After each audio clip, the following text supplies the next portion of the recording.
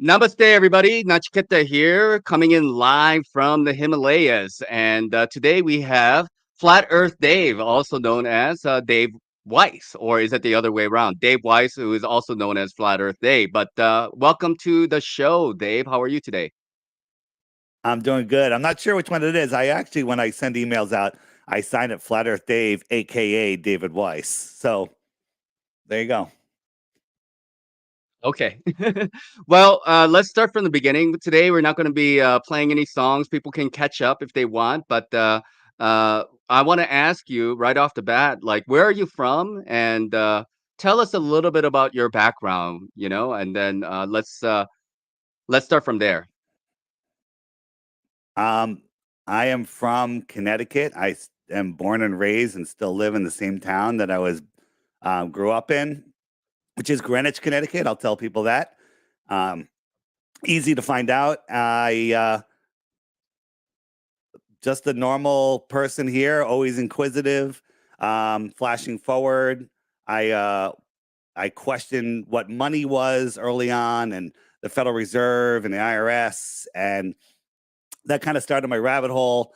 Um, Alex Jones and some other conspiracy shows that I listened to, and then 9/11 happened. I was a I guess you could say I'm an eyewitness because I saw it not on TV. I saw it with a perfect view of Lower Manhattan over the water, and that's when I really started questioning everything. Years later, I started Deep Inside the Rabbit Hole podcast, questioning all of the narratives. And then flash forward in the third year, people started sending me flat Earth stuff, and I came up with the term "ban for life" because you're an idiot if you think the Earth is flat, and I would ban them. But then Sophia Smallstorm, who became a good friend of mine, and our researching, of the events that happen around here, especially in Connecticut. She's the one that made me look, and I tried to debunk it, and it didn't work out so well. And here I am. So I went to college. I went into corporate America. I rose to the top of my industry. What I was doing, I was very successful in my two major careers, which were the printing industry and the solar industry. I left corporate America. Well, I didn't leave. I mean, I left the company that I was working for and started my own company with two partners. Did very well there. But then my truth journey, um, my truthing, if you will, was causing some issues. One partner was getting very upset at what I was doing, and I had to make a decision. And I was I actually looked to the creator to help me make that decision, and the creator said, walk away from it all, everything I worked my entire life for. And I did. It was crazy. I was actually my father died fairly early. He went in for elective heart surgery and died. And I was that was the one moment that I was kind of glad that he wasn't around because he would have killed me for walking away from everything I worked my life for, to talk about flat Earth, because I think it's the most important topic. It's the underlying foundation of all of the lies. Everything that's going on in this world is because people are lost, spinning out of control in space. So there's 2 minutes of who I am. Why did you put so much credibility to Sophia Smallstorm to the point where you were banning everybody who believed the Earth was flat, but then you had enough respect and consideration for Sophia to try to actually, refute her claim about the flat Earth? Well, she wasn't even 100% sure. Um, it was funny because I said I live in Connecticut. I was doing the podcast in New York City, and she called me before I left my house, and I was talking to her on the phone the whole way into the city. Parked my car up into the studio, talking to her in the studio, setting up for the podcast. And she's a talker, and she was talking and talking and talking. And while she's talking, I'm looking on Facebook and all the comments I'm getting on our podcast page, and I'm banning people for suggesting that I even looked at flat Earth. I mean, you're annoying. You keep posting and posting and posting. Look at flat Earth. And we were talking about some shooting event that happened.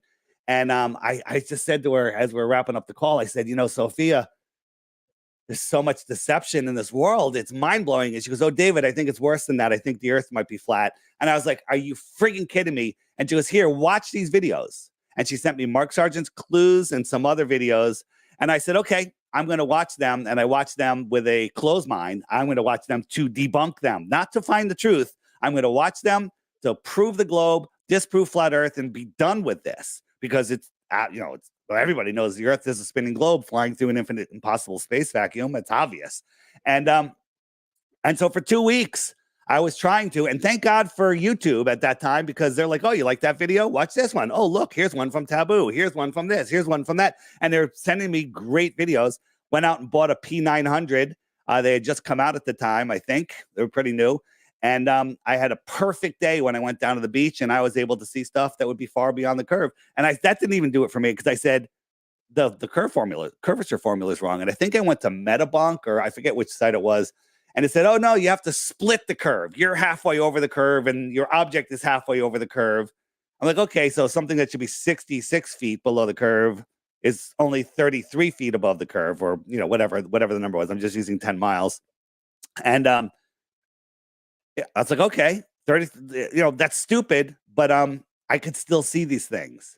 And so then I kept quiet about flat earth. I didn't want to bring it on the podcast, because all of the people, I was like, we're going to lose all of our audience if I mentioned flat earth. But after a couple of weeks, maybe a month or two, I brought it onto the podcast. And over the course of a year, the flat earth kind of blew up the podcast, because my other two co-hosts couldn't handle it. And that's when we shut that down, and I started the Flat Earth podcast. Okay. So what year did you start questioning about the earth being flat? What year was this? I think it's 2014, 2015, somewhere around there. I'm not good with the dates. Okay. Just when it was, taken off. Mark Sargent had just started his Clues. So whatever date that was. So what other material did you find, when you were doing your research, other than Mark Sargent? Did you look at anybody else? Did you listen to anybody else? Did you read any books? Yeah, Eric Dubay. I had Synthetic Astronomy. I was reading some of that. I didn't have a lot of books. I was just kind of like looking, not believing, looking, and then testing myself. And none of it made sense. And then high pressure next to low pressure. That was interesting. And back then, it was before Google Hangouts. So I ended up being on a lot of Skype calls, and we had these Skype calls with Nathan Oakley, and I think Patricia Steer was on there, and Antonio Subarats, and I forget the guy, John Laban, and other people. We'd have these these Skype calls all night long, like for hours and hours and hours, and where we would just talk about this, and it was just kind of like our hangout. That was it. That's just everyone has the same story. You try to debunk it. The more you look at it, the deeper you go, and then the more evidence you find that the globe is friggin' ridiculous.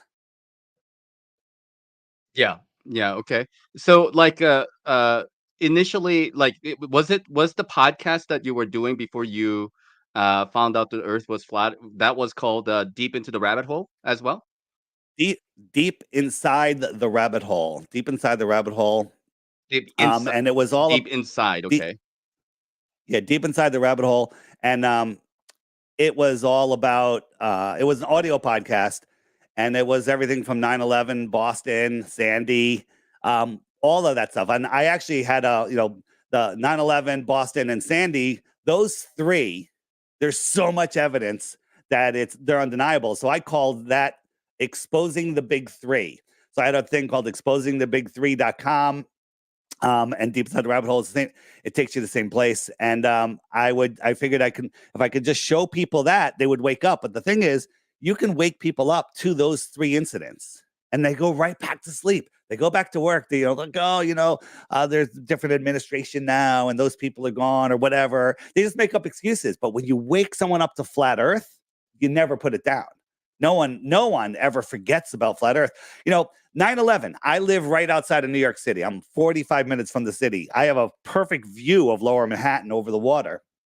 But But if you talk to somebody in China about they don't care. Russia, they don't care.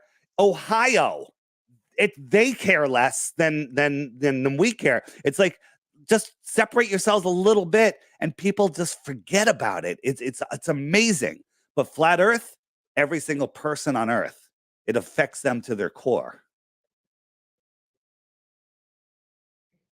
Yeah. So, can you tell us like about the September event? Like, what are some of the major things about the September event? Let's just talk about that for briefly, so we are on the same page or not. Uh, Yeah. Well, um, the morning of 9/11, I was packing my bag. I was going to fly to Ohio. I had I was in the printing industry back then, and I had a customer who was in New York City, and we were going to fly to Ohio together. And the first plane, the story of the first plane hit, and I'm looking at this going, hmm. And at that time, we thought it was just a little Cessna that crashed into the building, and I'm like, I wonder if this is going to delay my flight, because I was flying out of LaGuardia. And so I call my buddy John in the city, and I'm like, where are you? He's like, I'm visiting so-and-so at the hospital. I'm like, are you got the TV on? No. I said, look out the window, turn the TV on. I go, a plane hit the tower. And right at that point, bam, allegedly the second plane hit the tower and our phone call went out. And so I'm watching this on TV going, yeah, this is pretty sure my flight's canceled, right? Couldn't reach him. I'm like, okay, my flight's canceled. And so I went down to the beach and I'm watching the towers burning. I'm watching the smoke. And I watched the first tower turn into a puffball. It literally just turned into a puffball. And later, when I saw it on TV, that's not what I saw. What they showed us on TV is not what I saw. And it really had me questioning. So after the first one fell, I actually went and picked up my kids from school. They're in junior high, and my son was in junior high, and and I didn't really do anything about it for 4 years until Loose Change came out, and Loose Change is like, now I get it, and that was kind of when I really started digging in deep. okay. So you said that what you witnessed personally was not the same as what you saw on camera. Yeah, what they showed us on TV didn't look like what I saw. I don't know, What and did I'm you not see making then? claims. The building kind of turned into a big puffball, and it just went down, and then it left a solid. It left like a pillar of smoke in the shape of the tower that stayed there entirely too long. I don't know how long it was. It just seemed like it stayed there too long, and then I left. At that point, I walked away to go get my kids. And I had, it was, And we call that day, we call that day 9/11 clear, right? Because that was one of the clearest days I ever remember. So whenever we have a super clear day, which is few and far between, we call that 9/11 clear. I'd say since 9/11, and maybe we've had 3 days that are 9/11 clear. It was blue sky, perfectly clear. The visibility was like so clear, the city was magnified even without binoculars. so you saw you did you actually see an airplane strike the tower? Like you were an I don't bel eyewitness to that? I don't believe airplanes struck the towers, but no, I was home when the alleged planes hit, and so I saw that on TV. Okay. And so I went down to Okay. the beach to see the towers after they were on fire. We'll just say that. I don't believe airplanes Yeah. crashed anywhere on 9/11. Right. Right. Yeah. Okay. Yeah. Yeah. I think we're on the same page about that, and so that kind of start to, you know, like I think that's true with how old were you at that time? I mean, you were already an adult. I mean, I was in university when that happened. So, I, I don't identify with chronological age, so I really couldn't tell you. I don't know. And okay, no shout problem. out to No Brian problem. Stavely. Shout out to Brian Stavely in the chat. Yeah, Loose Change was controlled opposition, but just like Alex Jones's controlled opposition, he woke a lot of people up. It got me on my journey, and I outgrew it. Right. Okay, so you talked about the 9/11 stuff. You talked about the Boston stuff and the Sandy stuff. We don't probably need to go into that too much. I kind of want to know more about your flat Earth journey, I suppose. When you really started to talk about it, that was like what, 2016? I mean, like around 2015, you woke up to it, it seems, and then you were uh, I don't know, spending some time, maybe about a month, to really, find out whether it is true or not. And once you discover that it is true, then you wanted to put all your efforts into flat Earth. And that's when you decided to leave your company and you had your dispute with your two partners. So does it mean that you lost everything that you built, or does it mean you just had to sell or liquidate your portion or your stock of the company to everybody else? And why was it a problem for your partners that you were a flat earther? Sure, sure. Well, it actually wasn't that quick. I didn't leave my company until COVID. So that was 2020. Um, I was still in, corporate America at that time. And, my truth journey just started occupying more and more of my time. I was going after some Connecticut law firms that were involved with the Beachy School in Connecticut. And turns out that those the same law firm that represents some of our clients that we're doing large solar projects for. So there's a conflict, and yeah, like I was literally frying some of these lawyers online. Meanwhile, they're lawyers that are, approving our contracts with these other clients. And so, yeah, there was a big, my partner was 100% right. He's like, this is causing a conflict. And I said to him, I said, you know what? I will, I'll drop it. And he looked at me and he goes, you're never going to drop it. Right. And he was right. I'm never going to drop it. He was right. And I didn't believe him at that time, but I'm never going to drop it. Well, and just a quick note, when I was deciding whether I should leave my company, and then I'll explain what leaving my company involved. I asked God, the creator. Yeah, I said, I need a sign. This is like the craziest thing ever. And I got some crazy signs. One, I can tell you the signs if you want, but I got the signs. I was talking to Owen Benjamin after those signs, and he goes, just walk away. It'll all work out. Just do it. And so I walked out. I walked away. They bought me out. It wasn't a huge payout, but it was enough just to get me going, to cover my bills. And everything always works out when you do the right thing. I am interested in knowing what the signs were, if you would like to share that with us. Sure, sure. So so in America, the American dream is go to college, get a degree, get a job, work your way up to the top of the company. Maybe they never teach you about opening your own business, but I opened my own business. I became the CEO of my own business, and I was making lots of money. I had lots of free time. Worked hard, and I said, I'm thinking of leaving, which is the craziest thing ever. I kind of did what most people only dream of. And I said, can you give me a sign? And that day I go into the office, and we do commercial solar projects, the large solar projects, because they're the same amount of effort as a residential solar project, but you make 100 times the money. All right. So why are we doing residential? So we're not doing residential. My partner goes, hey, we're doing a residential job in upstate in New York here. And I'm like, really? Why? And I go, who? And he goes, the Clintons. We're doing the Clintons' house. We're putting solar on their house. And I'm like, I look up at the ceiling. I'm like, can you give me another sign? I said, can you? Okay, I hear you. Give me another sign. And my other sign was, it was either later that day or the next day. He goes, hey, we have these large solar systems on roofs, and we have easements on these roofs, so we have control over the roofs. He goes, all the buildings that we have easements on, we're going to lease out 5G towers. We're going to put 5G up with the solar. And I'm like, okay, I got it. I'm out. And then actually, I had a call I was talking to Owen Benjamin when I was walking to my car that day, and he goes, just do it. He goes, just do it. God will provide, and God does provide when you do the right thing. I think the Creator has your back.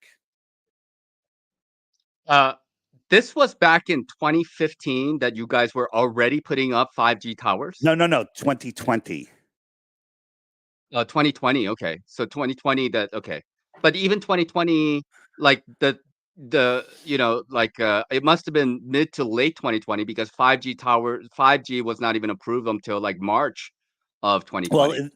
yeah, it was just when COVID started, and they were talking about these cellular companies were looking for rooftops to lease. So I wasn't involved in it. I don't know. Um, I don't even know how it was being done. But when something gets approved, they're months, a year ahead. Is for finding places for these things. But then when he said that, I was just like, I'm out. Okay. Well, so let us continue with some of the questions that we have for you. Dave, Mr. Weiss, do you have a handler?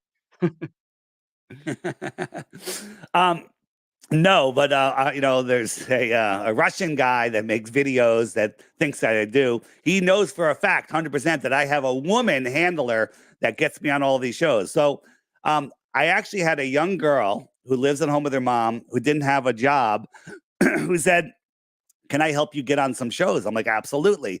And she did a shit ton of cold calling, and she got me on show after show after show after show for I don't know, a year. And that's how I first started getting on shows. Um, but then we had a little falling out where she was putting me on like these little shit shows, and I would ask questions like, what are these guys into? Do they believe? I'd ask her a question, and she'd get pissed that I'm asking questions, and then she quit. And I never even found out who she was, her real name. I mean, it was funny. I called her Alfred because of a funny story, and but she was like 24 years old. So she wasn't a handler. She was a flat earther that was afraid of being public, that wanted to help me get on shows. And she did a great job for what she did. But now, I've gotten to the point where, people kind of know who I am, and the show requests are coming in fast and furious. Okay, so like how did you guys communicate? I mean, like she contacted you, Yep. and then she said she's your fan, she heard you or whatever, and then she wants to Yep. help you. So she basically started working for you for free and just start cold calling all kinds of I don't know, like 100%. podcasts or Yeah, 100% for free. And I think she started by saying, "Hey, this show, they were talking about flat Earth, and they, can I try to book you on that show?" Or she already had it booked or something. And I was like, "Awesome." But over the course of a year, I actually paid her once. I gave her, she needed some money. I forget, I think it was just $500 or something. Um, and I deposited it into a bank account in Greenwich, and I don't even know her name. Honestly, I just had the account number. But that's it. That's the whole story. You want to call that a handler? That's not a handler. That's somebody that's helping me out. And I have other people now that are in the flat Earth community that alert me to shows that were talking about flat Earth. They ping the shows, and it's a whole group effort now. People help get me on, and I think I'm getting better at it. I don't think I'm near perfect at my presentations, but I do the best that I can. yeah, yeah, yeah. I mean that is what we can only expect from anybody is that they are doing the best that they can, whatever it is that they believe that they're doing. So let's see. How do you get all of these interviews? So like that kind of answers that question. Like basically, she worked for you, worked with you, let's just say, for about a year, and she just cold called, and you just went with it. And then after a while, just because you were unhappy that some of the shows that you were on that she suggested, and that's why you were questioning her about like why Well, am I in these shows? Like what happened in those shows that made you you're not really no, no, happy no, no, about no. what was happening. Let, let, let me explain. She'll on a Okay. show, and she'll say, "Hey, here's a show. Reach out to them. Just reach out to them." And what I would normally do when I had time is I would look up the show, and I'd research the show, and I'd watch some episodes, and I would read comments and kind of figure out where they're from. So my pitch, I would know what to say. Like if they hated flat Earth, I would go with a different pitch than if they were flat Earth curious, or if they've never mentioned flat Earth. And so I would take the time to do that. But she's sending these lead after lead after lead after lead, and she wants me to go after them, and I'm happy to do that. But if I just send a generic letter to these things, they just go wasted and no one even responds. I get nothing. But if I do a little research and I find some common ground or something that will interest them, I get a much higher close rate, if you will. So when I would ask her, why is she sending me the show? What can you tell me about the show? She copped an attitude. And that was annoying. And we kind of just butted heads. And then she just disappeared and she stopped working. And it's fine. I mean, she did a great job, and I owe her greatly. And that's where we're at right now. And then, other people say, how did you get on Roseanne Barr, which is coming out tomorrow, by the way, 7 p.m. Pacific, I think. And it's because I've networked myself. I became friends with Eddie Bravo and David Avocado Wolf and all these other people. And when Eddie was on Roseanne, he started talking about flat Earth. She had that aha moment. I made a video of that aha moment. Roseanne saw it. Her and Eddie talked, and she booked me on her show. So stuff happens synergistically when you just put your intentions out there. I got a voicemail from Candace Owens yesterday, right? From after reaching out to her. So, if I get an interview with her, does that make me a shill, or does that make me kind of smart? I don't know. Well, I do kind of. I think it's good that. I don't care if you talk to President Biden or Donald Trump about flat Earth. That would be great if you did. Yeah. But the question then becomes like, like if you're going, like basically from what I heard you just say is like that you kind of cater based on like how you assess the person whom you are talking to, and you're going to change the conversation, not change per se, but like at least talk about the things that they are familiar with. And that is like better way to go about with the conversation in your mind, right? That's you said you have a higher closing rate by doing that, right? So let's say there's a show that they talk about aliens. There's an alien show, and they think space is real and aliens and disclosure. So I would hit them up with, and again, people hate when I talk. Some people hate when I talk about more land, because we don't need to speculate what's beyond Antarctica to prove the Earth is flat. But if I went to that show and say, "Hey, there's a better explanation for aliens, that come from here on flat Earth. Let's talk about it." If they're really anti-flat Earth, I'll hit them up a different way. It's literally just conversation. It's just know who you're talking to.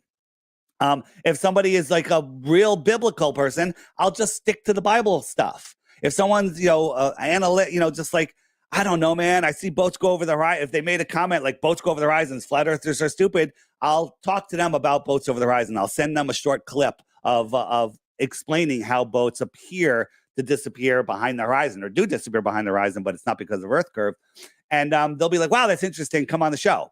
And so it's literally just having a conversation and meeting somebody where they're at to get their interest. So wherever that door is, if it's over on more land, if it's biblical, if it's measuring the world, you got to find that door to get in and then open it up from there.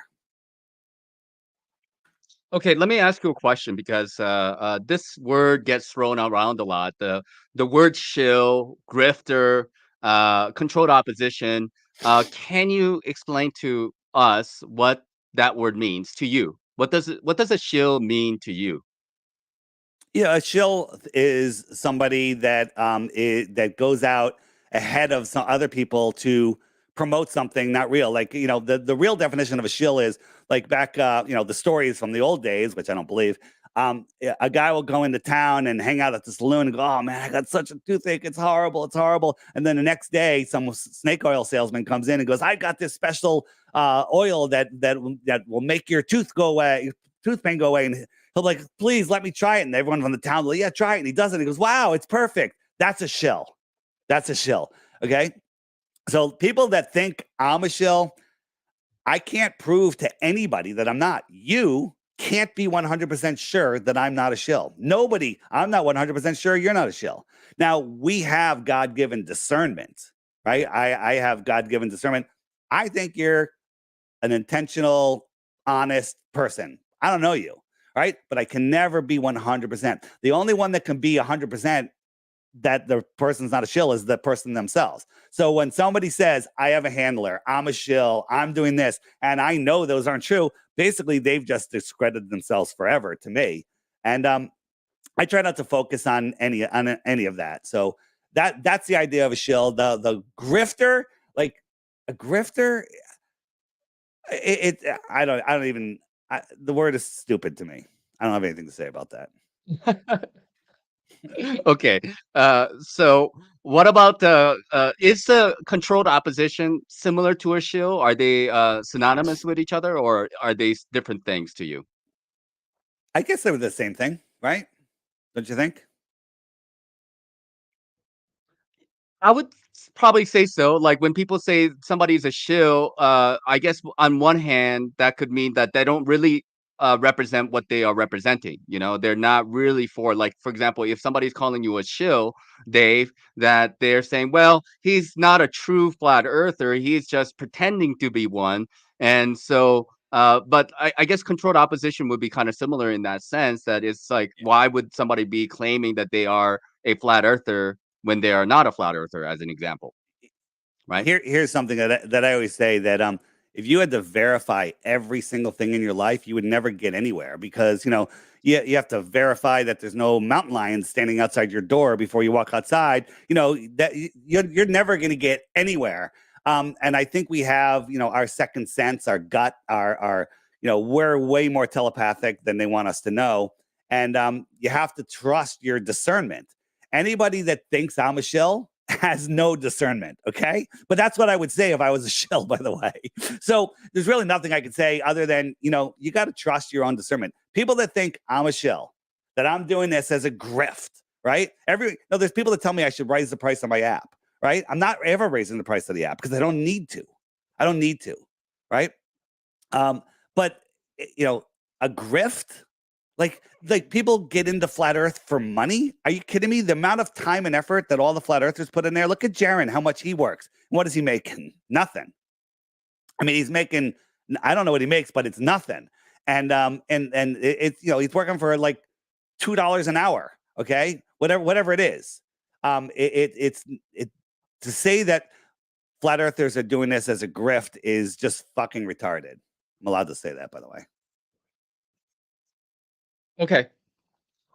Well, let me just address that real quick. If you don't know how much Jaren is making, then how can you say that he is making nothing?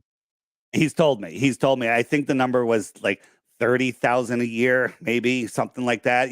And that you can ask him. But again, if he was making $100,000 a year, I'd say, wow, that's really a lot of effort for that amount of money.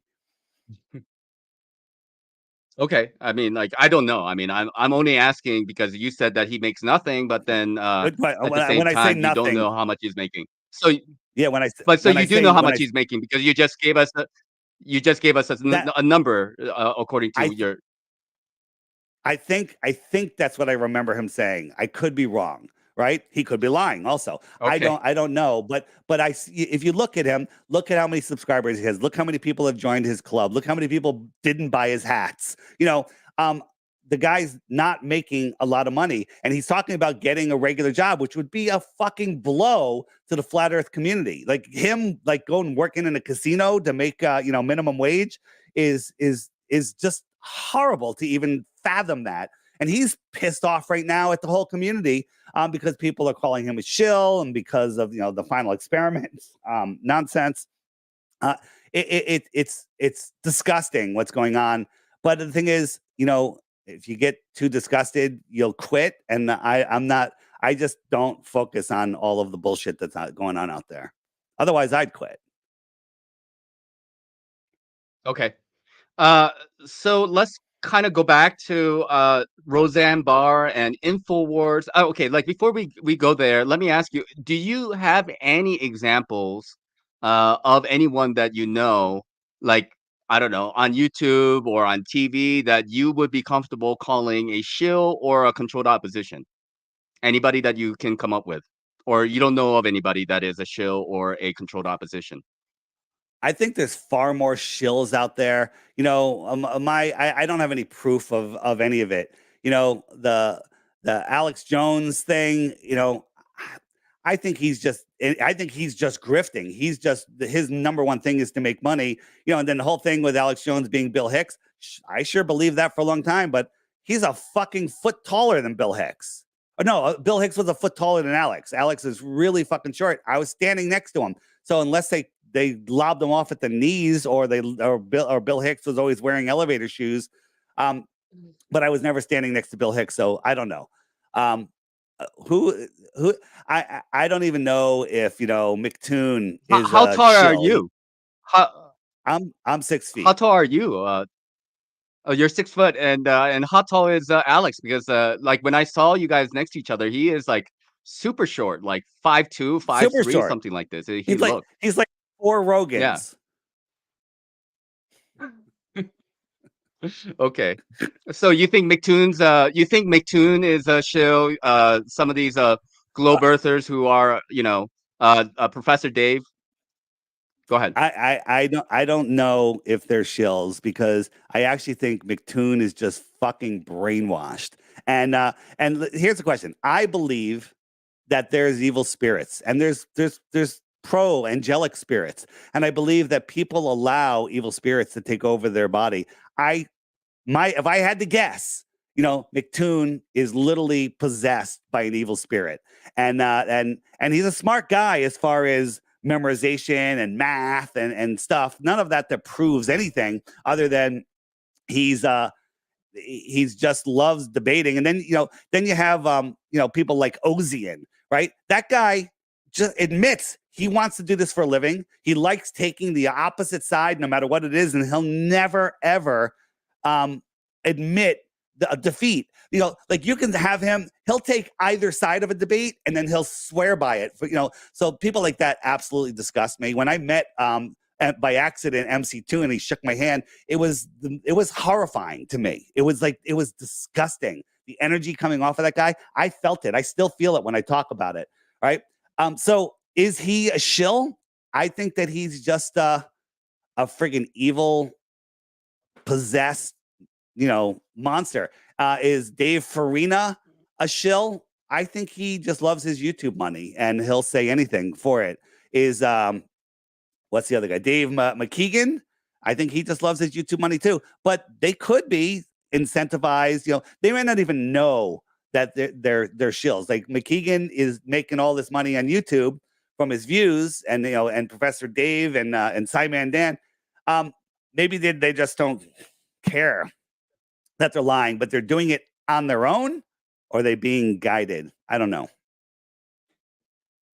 Okay, so basically you don't know, you can't name a shill. Like, you don't know whether somebody is a shill or not, basically.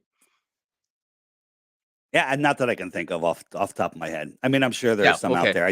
No I problem. just have no proof. Well, I'm sure there must be. Yeah, exactly. There could be some shills out there, but I was just so that was kind of the reasoning. Go ahead. Go ahead. If there are, I don't pay attention to them, because you can't change people. Unless you're friendly with them and share a friendly exchange of ideas. People give me some good ideas, and some people have good ideas and just fucking present them incorrectly, and I just like I don't want anything to do with that, right? So if there are shills, I don't pay attention to them, right? Unfortunately, we gave our excuse me, we gave our attention to McToon and those other anti-flat earthers, that are leading the pack. We should all just ignore them, and they go away. They're not in your life. Like, I got divorced, and my ex-wife and I have completely different views on life. We live in the same town. At least I think we do. I think she just moved, but that doesn't matter. In this small town, over 15, 20 years, I never bump into her, ever, because we're on a different vibration. If I focused on her, I'd bump into her all the time. That's how this world works. So, are there shills? If there are, I don't pay attention to them, because I can't change them. I just do the best that I can do. I've got a little cold, so I'm Yeah. coughing a little bit, and also, for those of you that haven't noticed, we have about a 4-second delay. That's why there's these pauses. Yeah. There's a little bit of delay, and I appreciate everybody being here. And thank you again, Dave, for having this conversation with me. And the reason why we are having this kind of shill discussion is because I just wanted to get Dave's view on shills, because Dave probably been called shill more than anybody here. Of course I've been called a shill here and there, but I don't. I mean, like I'm hardly consequential compared to Dave. So he is more used to this idea of being called a shill. So he might have had the time a little bit more than me to reflect on it. And I just wanted to get his perspective on what it means to be a shill, because it gets tossed around a lot, as you are probably aware. Somebody's a shill, somebody's a grifter, somebody is a controlled opposition. But the thing is, if you know that somebody is a shill or a controlled opposition, do you feel that you have a sense of duty to call that out? Or is it better to just ignore that and let people figure that out on their own? How do you feel is the best approach? If you have evidence of somebody, we're going to get into the Will Duffy and the evidence of him having an ulterior motive, aka shill, is growing tremendously. So, yeah, I'll call that shit out. Okay. All right. Before we continue, because I do definitely want to talk about the final experiment. Anything more that you want to say about Infowars and Roseanne Barr? Obviously, those are big names and they get millions of views. And a lot of people have called Alex Jones to be a controlled opposition or a shill. You don't get that sense about Alex Jones and Infowars, do you? I don't I don't I, let me think about the way can answer this. Alex Jones is controlled opposition by the way that he acts. Now, is he doing it on his own? Is he being led there? Is he worried about him being shut down? So, like, hey, I'm not going to talk about Sandy anymore. I'm not going to do this. There was things that he said during the breaks that lead me to believe that his number one priority, and it's not a belief, I would guarantee it, is making money and supporting his staff. Now he hires a lot, he pays a lot of people to run his operation, and God bless him, whatever. He puts out some truth, but he also is a massive gatekeeper. Is he doing it on his own? Is he doing it willingly? Is he possessed by a demon, or does he have a guy in a suit that is saying, "Hey, don't do this, do this"? The last one is the farthest stretch for me, but I can't rule it out. Uh, okay. What about what about this question about Freemason, like that you belong to Freemasonry or something like this? How did that Yeah, accusation come about? And are you a Freemason? And of course, we know that even if you deny it, we cannot 100% believe of you. But course. what is your comment on that? Yeah. Yeah, my comment is I know less about Freemasonry than probably everyone listening to the show. I've never really researched it or anything. I am not a Freemason. I've never taken a secret oath in any way, shape, or form. What happened was the dumbest channel on the internet, and I try not to say their name, but I'll just say it. Awake Souls. They did a thing where I was on with PK from Australia, who really broke down the Boston bombing like nobody else, and he was very unorganized. So I helped him organize a presentation. We did it live on Caravan to Midnight. It went for like 3 hours, I think, and we took the whole show, and it blew John B. Wells away. He had no idea how friggin' fake the event was, and at the end, John goes, "Boys, I want to honor you." And he wanted to put us on his wall of fame. And for his wall of fame, he does a stupid indoctrination where he knights us, Knights of the Arc Midnight. That's the name of his show, the Arc Midnight or whatever it is. He knighted us in the name of some stupid television show that he used to watch in the 60s. And we both said, "Oh wow, we're honored." PK actually cried. He was so because he got all of his life's work on this came out, and John was honored, put us on the Wall of Fame. Those two assholes on the Awake Souls, they took our pictures. They photoshopped us into Freemason outfits, literally like friggin' South Park quality, right? And they put it out there, and then RV runs with it on 100 fucking videos saying that we're Freemasons. That's where it came from. Literally, these guys photoshopped us in there, and then they said, and RV played the clip. Now, I have the clip. If anybody wants to see it, stoplookthink.com, go to the Boston page, and I think it's the first video, and I clipped it out. It's right at the beginning of the first video. It's called the Boston Unbombing or the Boston Hoaxathon. And it's our presentation that we did on Caravan to Midnight, which was epic. So if anyone hasn't seen it, you need to see it. Stoplookthink.com. And that's where the whole Freemason thing came from. It's absolutely retarded. So let me ask you, Dave, why do you call this channel the dumbest channel on YouTube? Oh, those guys, if you listen to them, you Other than actually the lose fact that brain they call it cells. Just yeah, if you just hear their what is name, anything you specific? actually brain cells die. These guys are so dumb. If you just listen to them, they're so dumb. I haven't listened to them in years. They're so dumb, but they think they're so smart. And everyone that ends up listening to them agrees. They're just literally the dumbest guys on the internet by far, hands down. There's no competition. Okay, you can have that opinion. I'm just asking, is there anything that you can just throw out there, one or two examples that people can actually take a listen to, other than you saying that they are a dumb channel and Yep, we have to take your word for it? But is there anything that they sure. believe that you think is completely crazy or whatever? Sure.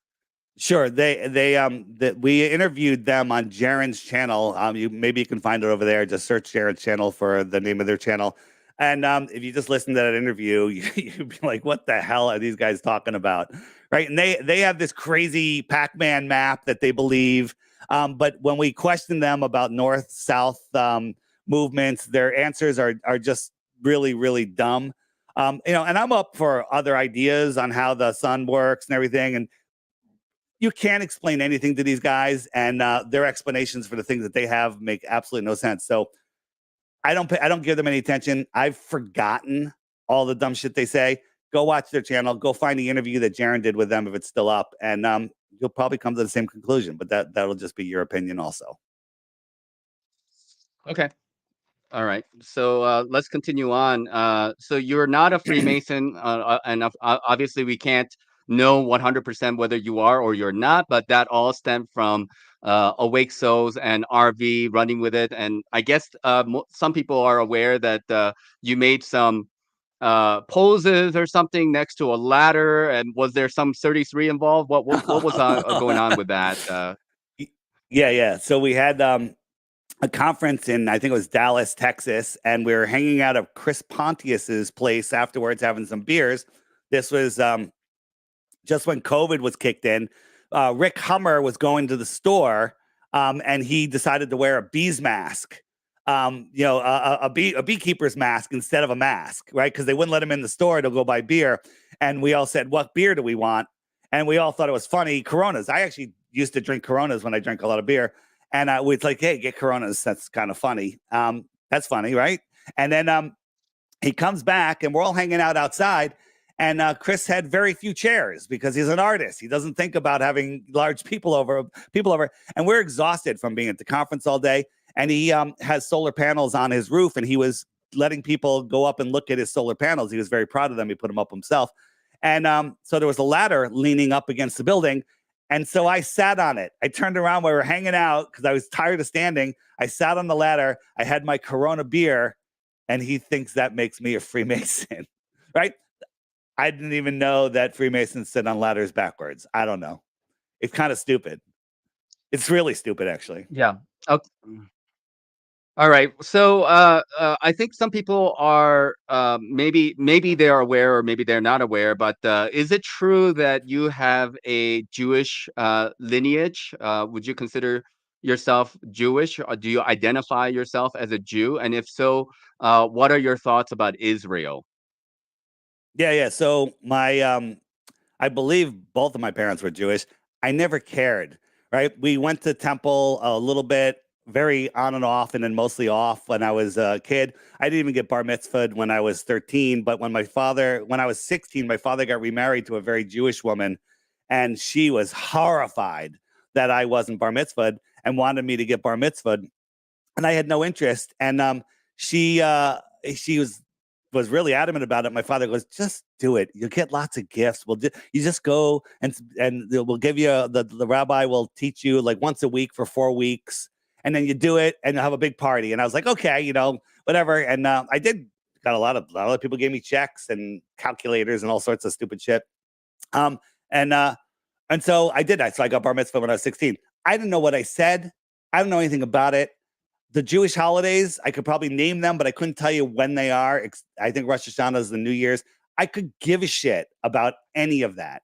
How do I feel about Israel? I know less about Israel than anybody else, other than right now, they're fucking in a war that seems like fucking genocide. And, I only know what the mainstream and the alternative media tells us about what's going on over there. Seems like, seems really friggin' bad. So there's my opinion on that.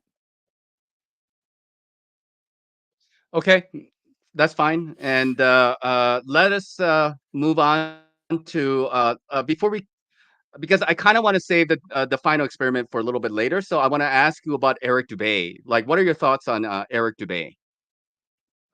So Hey, initially he helped you to, yeah, go ahead. No, I'll go that. But I just saw in the chat somebody deleted a comment. It says, "Do you know for sure and without a doubt that the Earth is flat?" That's from the Jesse Lee Peterson interview. I was tipped off that Jesse was going to ask me that question, and if I said yes, the Earth is flat, he was going to go, "Oh, so you don't believe in mountains?" And then he was going to overtalk me for the rest of the show that I don't believe in mountains, right? So when Jesse said, "Do you absolutely believe without a doubt that the Earth is flat?" I said, "What's your definition of flat?" He repeats the question. I said, "Is the table flat?" He repeats the question. I explained that if you zoom in on the table with a microscope, there's hills and valleys. Is it flat? He repeats the question. He doesn't address. He just wanted me to say that the Earth is flat without defining it. So that's why I kept my cool. I wouldn't say it. And people have a problem with that. They can go fuck themselves. Right. So you weren't there. You have no idea. And if I did say the Earth was flat, they would say, "Oh, you don't believe in mountains." Getting to your thing, what was the exact question to Eric Dubay? How do I feel about him, or what's the question? Yeah, what are your thoughts on Eric Dubay? Do you have any thoughts?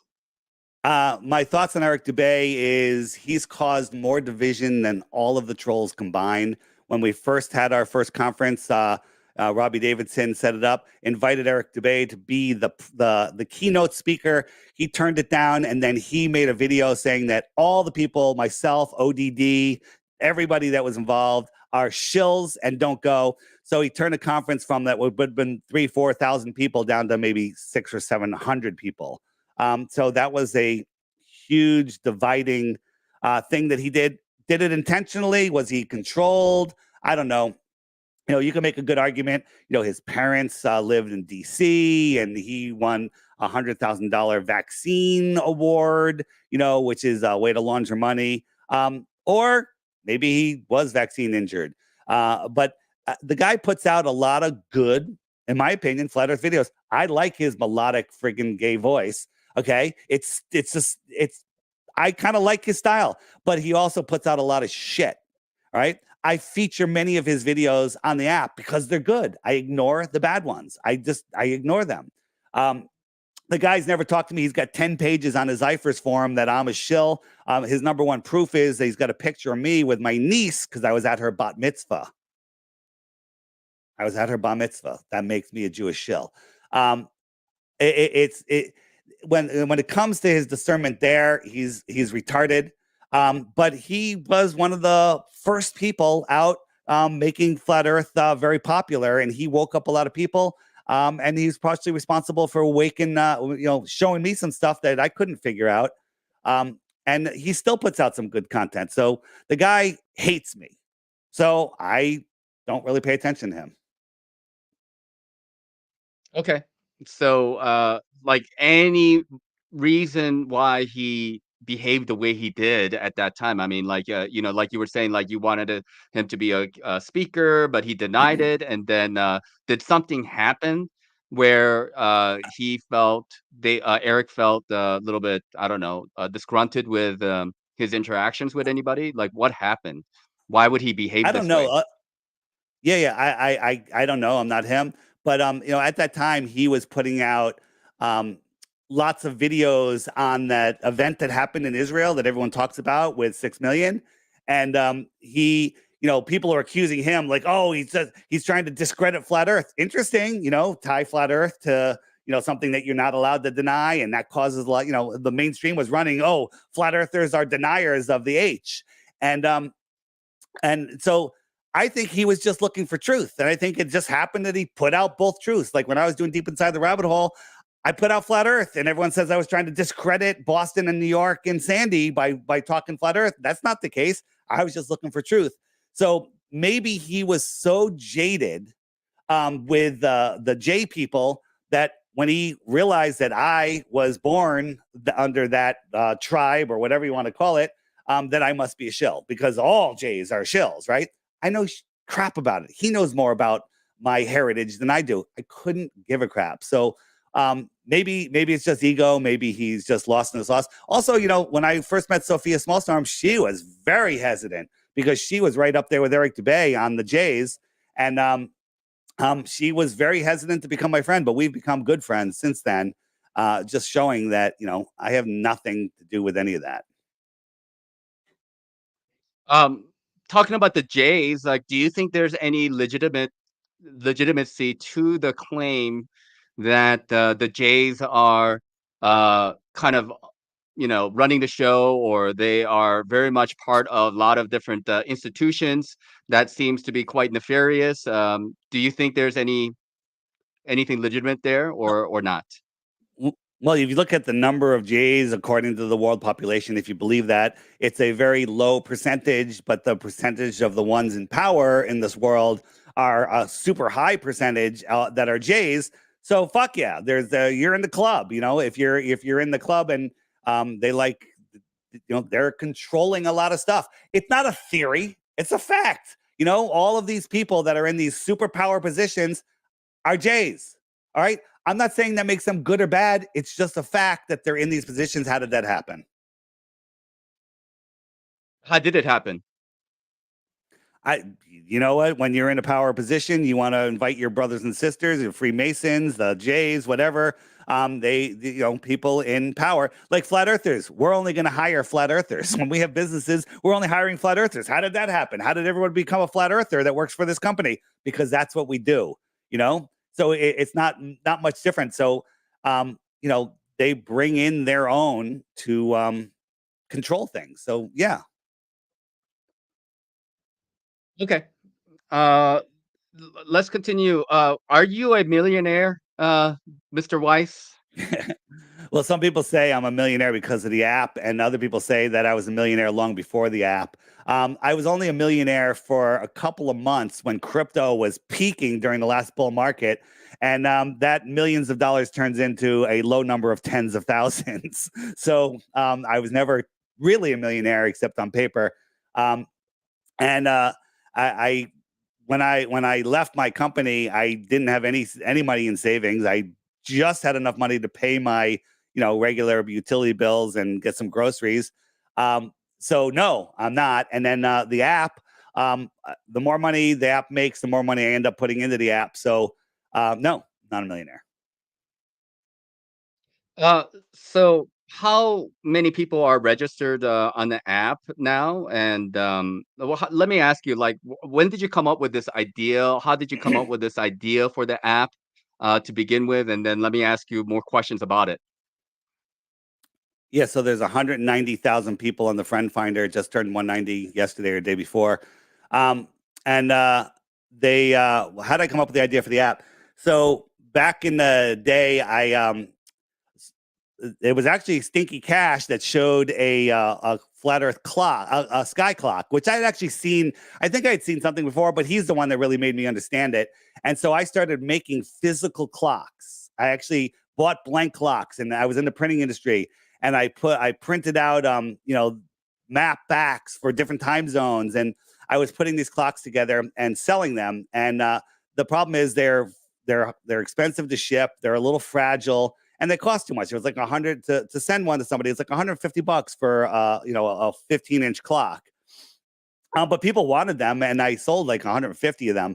But it was a big pain in the ass. And then all of a sudden, I said, you know what?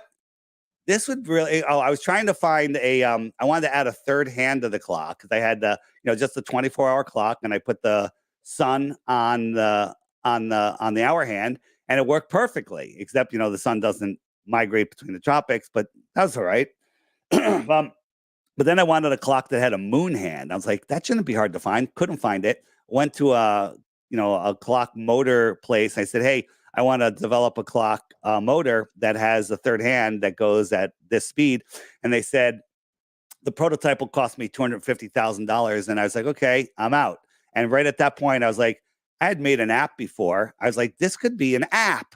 And then it all came together really well from there. So I made the app, and I kind of just made it for myself, so I can use it when talking to people. But then everyone's like, where do I get the app? Where do I get the app? So I made it free. And then people said, oh, you got to add this, you got to add that. So I started adding things. Now I'm spending a few $1,000s. And I was like, maybe if I charge for the app, I can pay for future enhancements. So I charged $3 and people started buying it. So so went from there, added more and more and more and more features. And then some of the features I started adding, like the friend finder and everything, those actually use data and costs. I need servers and all sorts of stuff. And those features actually end up making each app user cost me more than the cost of the app, which was $3. So I said, all right, for these additional features, I'll just add a subscription. I make it cheap. I made it $11 because I like the number 11. And that would help, that would cover the costs, of having these features on there. So I did that, and it seems to work. And I keep adding more and more stuff. I got some new updates coming. I got a open source version, a Mac version coming out. And then after that, a computer website version, so people can just use it on their computer. And all of these things cost lots of money. Right. Okay. So, like you mentioned, stinking cash, and what did he do exactly? Like did he make a sky clock himself? No, he made a video showing how the sky is, the sun is the clock in the sky. And I actually contacted him because he was bitching about not having any money. I said, listen, I'll pay for all the materials. I'll do the marketing. I'll get the orders. I'll send you all the stuff. You just put the clocks together and ship them, and I'll split all the profits with you 50-50. Pretty good deal. Zero investment. And he said, no, I'm not doing it. Right. And because he hates Jews, for one thing. And he didn't want to do it. I was like, okay. And so then I made the app. And after I made the app, he gave me one more idea. He called me up and he goes, you need to add the Zodiac wheel in there. And he's like, just add the Zodiac and make it, make the Zodiac lap the sun once a year. And I was like, yeah, that's great. And so I did that. So hats off to Stinky Cash. Thanks for the idea. And thanks for being such a dick. Okay. But it So, wasn't, by the way, like, it was not his idea to make the app. It was my idea to make the app. But everyone that does something gets inspired by somebody.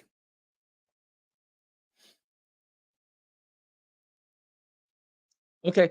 Let's continue on with the conversation regarding the friend finder. So, is the app actually like keeping track of people, and does it record, I don't know, chats and conversations? I'm not really too familiar with it. I had it for a little while, but I did get rid of it. But not I just don't have a lot of time to spend time on the app I get it. myself. But Yeah. tell us what's going on with the app. Yeah. So the app actually is for people that are looking for flat earth content. It saves you time because it delivers the content for you that's being hidden from you. We're all the, we put all the good stuff ends up on the app. So, for people that are researching flat earth, that $3 saves you tons and tons of time. As far as tracking goes, if you're worried about tracking, get rid of your smartphone because it's tracking you. Your calculator app is tracking you. Your bank app is tracking you. Everything is tracking your exact position. If you don't think your phone is tracking you, you don't even know that your phone, how Apple AirTags work? People that have Apple AirTags, they're not connecting to the internet. They're connecting to anyone's phone that's walking by. Your phone reports the position of that AirTag to Apple, and then it goes on to a map. So whether you know it or not, you're tracking other people with your phone. You're being tracked with your phone. and it's showing your exact location. The app by default puts you within a 5-mile radius in a random spot. So one could say, if you're worried about being tracked with your phone but want to keep your phone, get my app, because it confuses them on where you are, because it doesn't put you in the exact location. So my app actually untracks you. Some people in the chat are uncomfortable with the questions that I am asking you, Mr. Weiss, and I told you from the very beginning, even before we started with the show, that if there's any questions that you feel uncomfortable with, you're welcome to not answer any of the questions. That's one thing, and number two, are you feeling uncomfortable with the questions I'm asking you? Absolutely not. I actually accepted this. I've heard a couple of your interviews, and I found you very inquisitive, skeptical, and very curious. And I accepted this interview because I wanted you to ask me all of the hard questions. I told you that there's nothing that's off limits, and if you say something that I don't want to answer, I'll just tell you I don't want to answer it. Like you asked me my age. I jokingly said I don't identify with chronological age, because actually I made that up as a joke, but I really don't, because I don't identify with chronological age. So I actually was hoping you'd ask me. I think you're doing a great job. I love this interview. I really do. So keep it going. So people don't, and anyone in the chat, if he's not asking a question that you want to hear, a suspicion that you have, throw it in the chat so he sees it and he could ask me. Yeah, well, again, it's not my intention to make you feel uncomfortable or, I'm but I think not. these are legitimate questions, to be honest.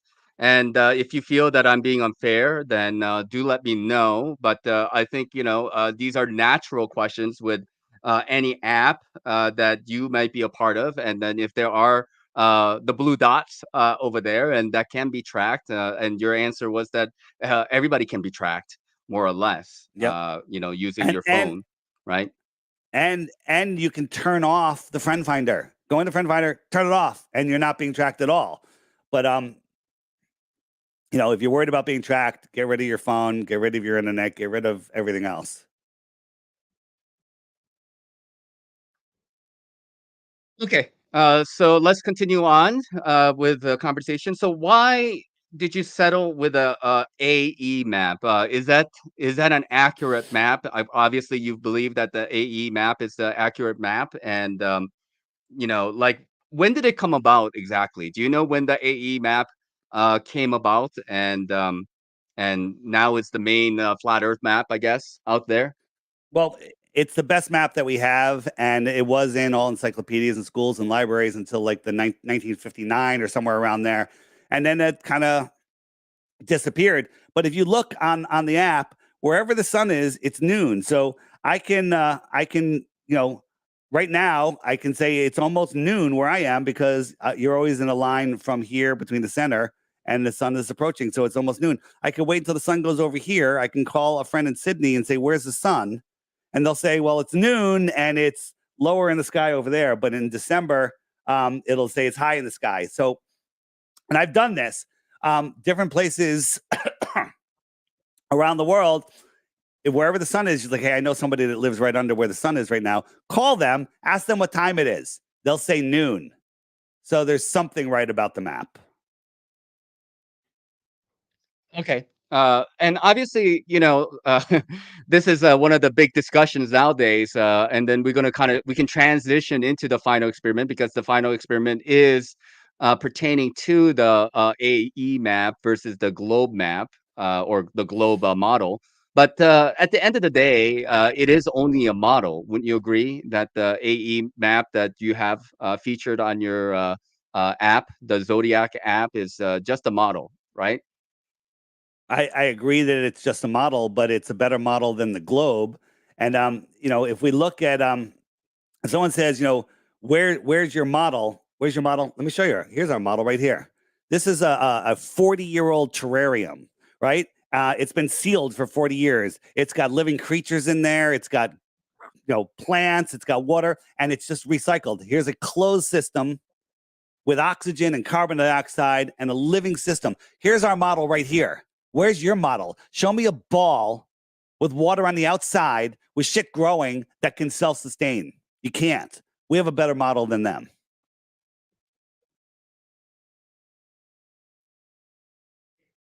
Yeah. So, what are you, if you were to tell everybody here, what are your best proofs about the flat Earth?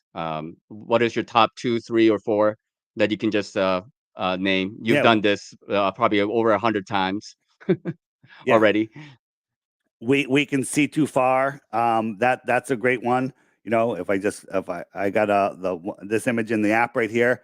Um, there's 50 miles of missing curvature, and over here, these are even farther away, right? So there's more than 50 miles of missing curvature using their math, right? It's more like 60 miles, but we'll just round down. Well, we can always round down and give the globe the benefit of the doubt.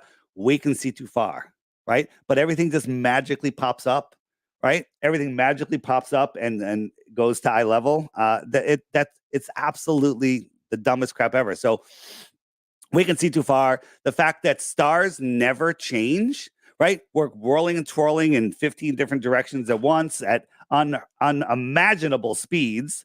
And you know, we're going like this, and none of the stars ever change. Oh, they're so far away, you know. But then when you look at the angular, the inverse square law of size and of light, none of it makes any sense. You guys have all heard me talk about all of the stuff. None of it makes any sense.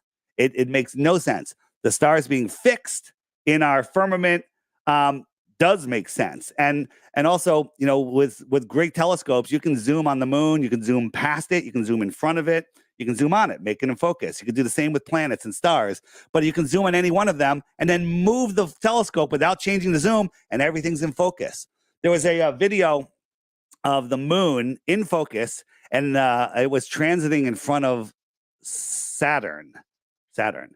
And Saturn came from behind the moon in focus. How could they both be in focus unless they're at the same distance?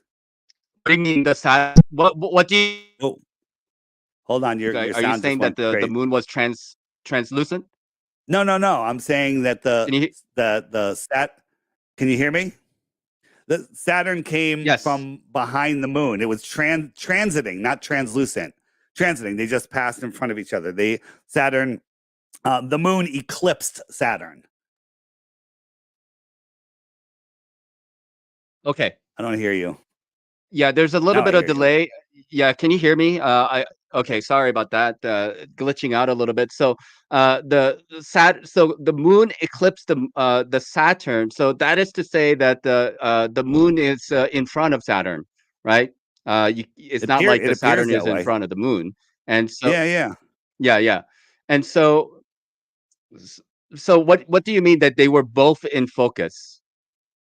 They were both crisp in focus. Like Saturn's a little bit farther in the heliocentric model than the moon. And if I can zoom in on Saturn, I can zoom past Saturn and I can zoom in front of Saturn, showing that I can make Saturn at a specific focus. That would be a different focus than the moon.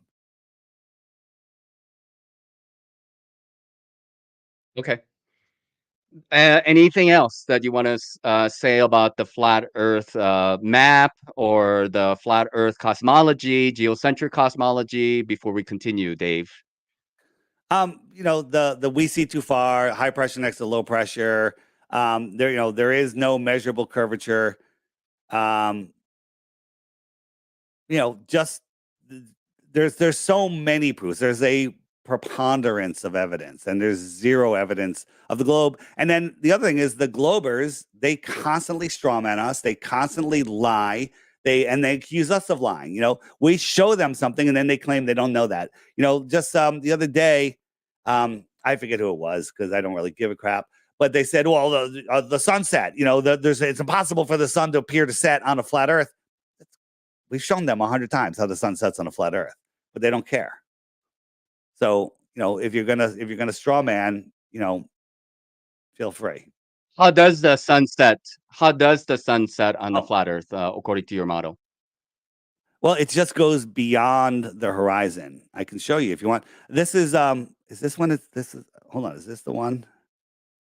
Here it is, right here. So there's the moon, and there's Saturn.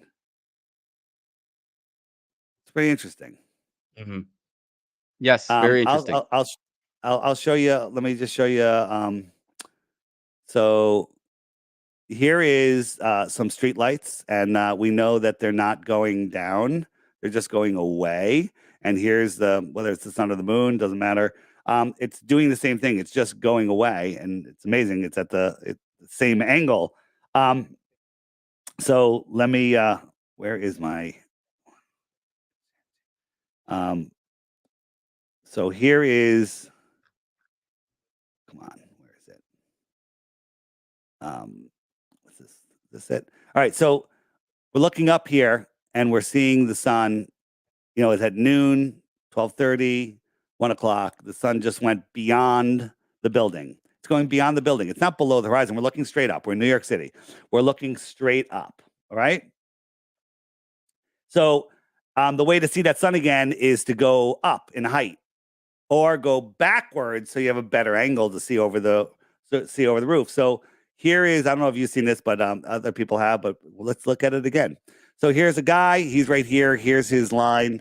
Now, everything goes in, everything goes up and down, and even the front and back get pulled together. The distance gets pulled together. It's all perspective, and everything goes to a vanishing point. So this mountain is thousands of feet above his eye line. So if the sun just went away, like it did with the building, it's not below, it's just beyond. Now, he could float up in the air and see it, or he can go backwards and he can see the sun. Now, let's say he's 20 miles away from this mountain that was 3,000 feet above his eye line. This line right here, is that at his eye height, or is it 3,000 feet above his eye height? It's 3,000 feet above. But it looks to him to be at his eye line. The sun goes away and it goes beyond, just like it went beyond the building. Right? And so now we add the clouds in here. The clouds are ramping down. And so these clouds here are thousands of feet above the mountain, but they are merged together. So here's the sun. The sun's above the clouds. It goes beyond this horizontal eye zone. And so this line, what do we say about this line? Well, the top of the mountain is 3,000 feet above his eyes, and those clouds are 5,000 feet above the mountain. But it all looks like it's at his eye level. It just went beyond. That's how the sun sets on a flat earth. It's still up in the air. It's just beyond your horizontal eye zone. Does that make sense to you? And yeah, and theoretically, you can zoom in on that sun, and then No, you you should be cannot. able to No, you continue to see it. cannot. No, Okay. no, it cannot, because this line here is thousands of feet above his eyes. It went beyond it. He could have the Hubble telescope. He can zoom in. He's going to zoom right into the mountain, and the thing is behind it. Like right here. So hold on. Here we have our horizon, and here's our sun, right? And the sun goes away. Mhm. Now you can zoom in. You can't zoom in through my hand. You Right. can't. Now, Mhm. a terrestrial object is here in between the ground, right? Anything on the water. So when you zoom in and make it bigger, and now you can bring it back into resolution because it's in between the layers. It's on your layer. A terrestrial Okay. object can be zoomed back in. A celestial object cannot be brought back in. But what about above And water? Like if some people might ask the same question. Okay, so let's say I agree with you. Okay, those mountains are higher than me. They and the sun is going way beyond it. So the sun is hidden behind the mountains. But what about on a level uh water yes, surface? Like what happens there? sure.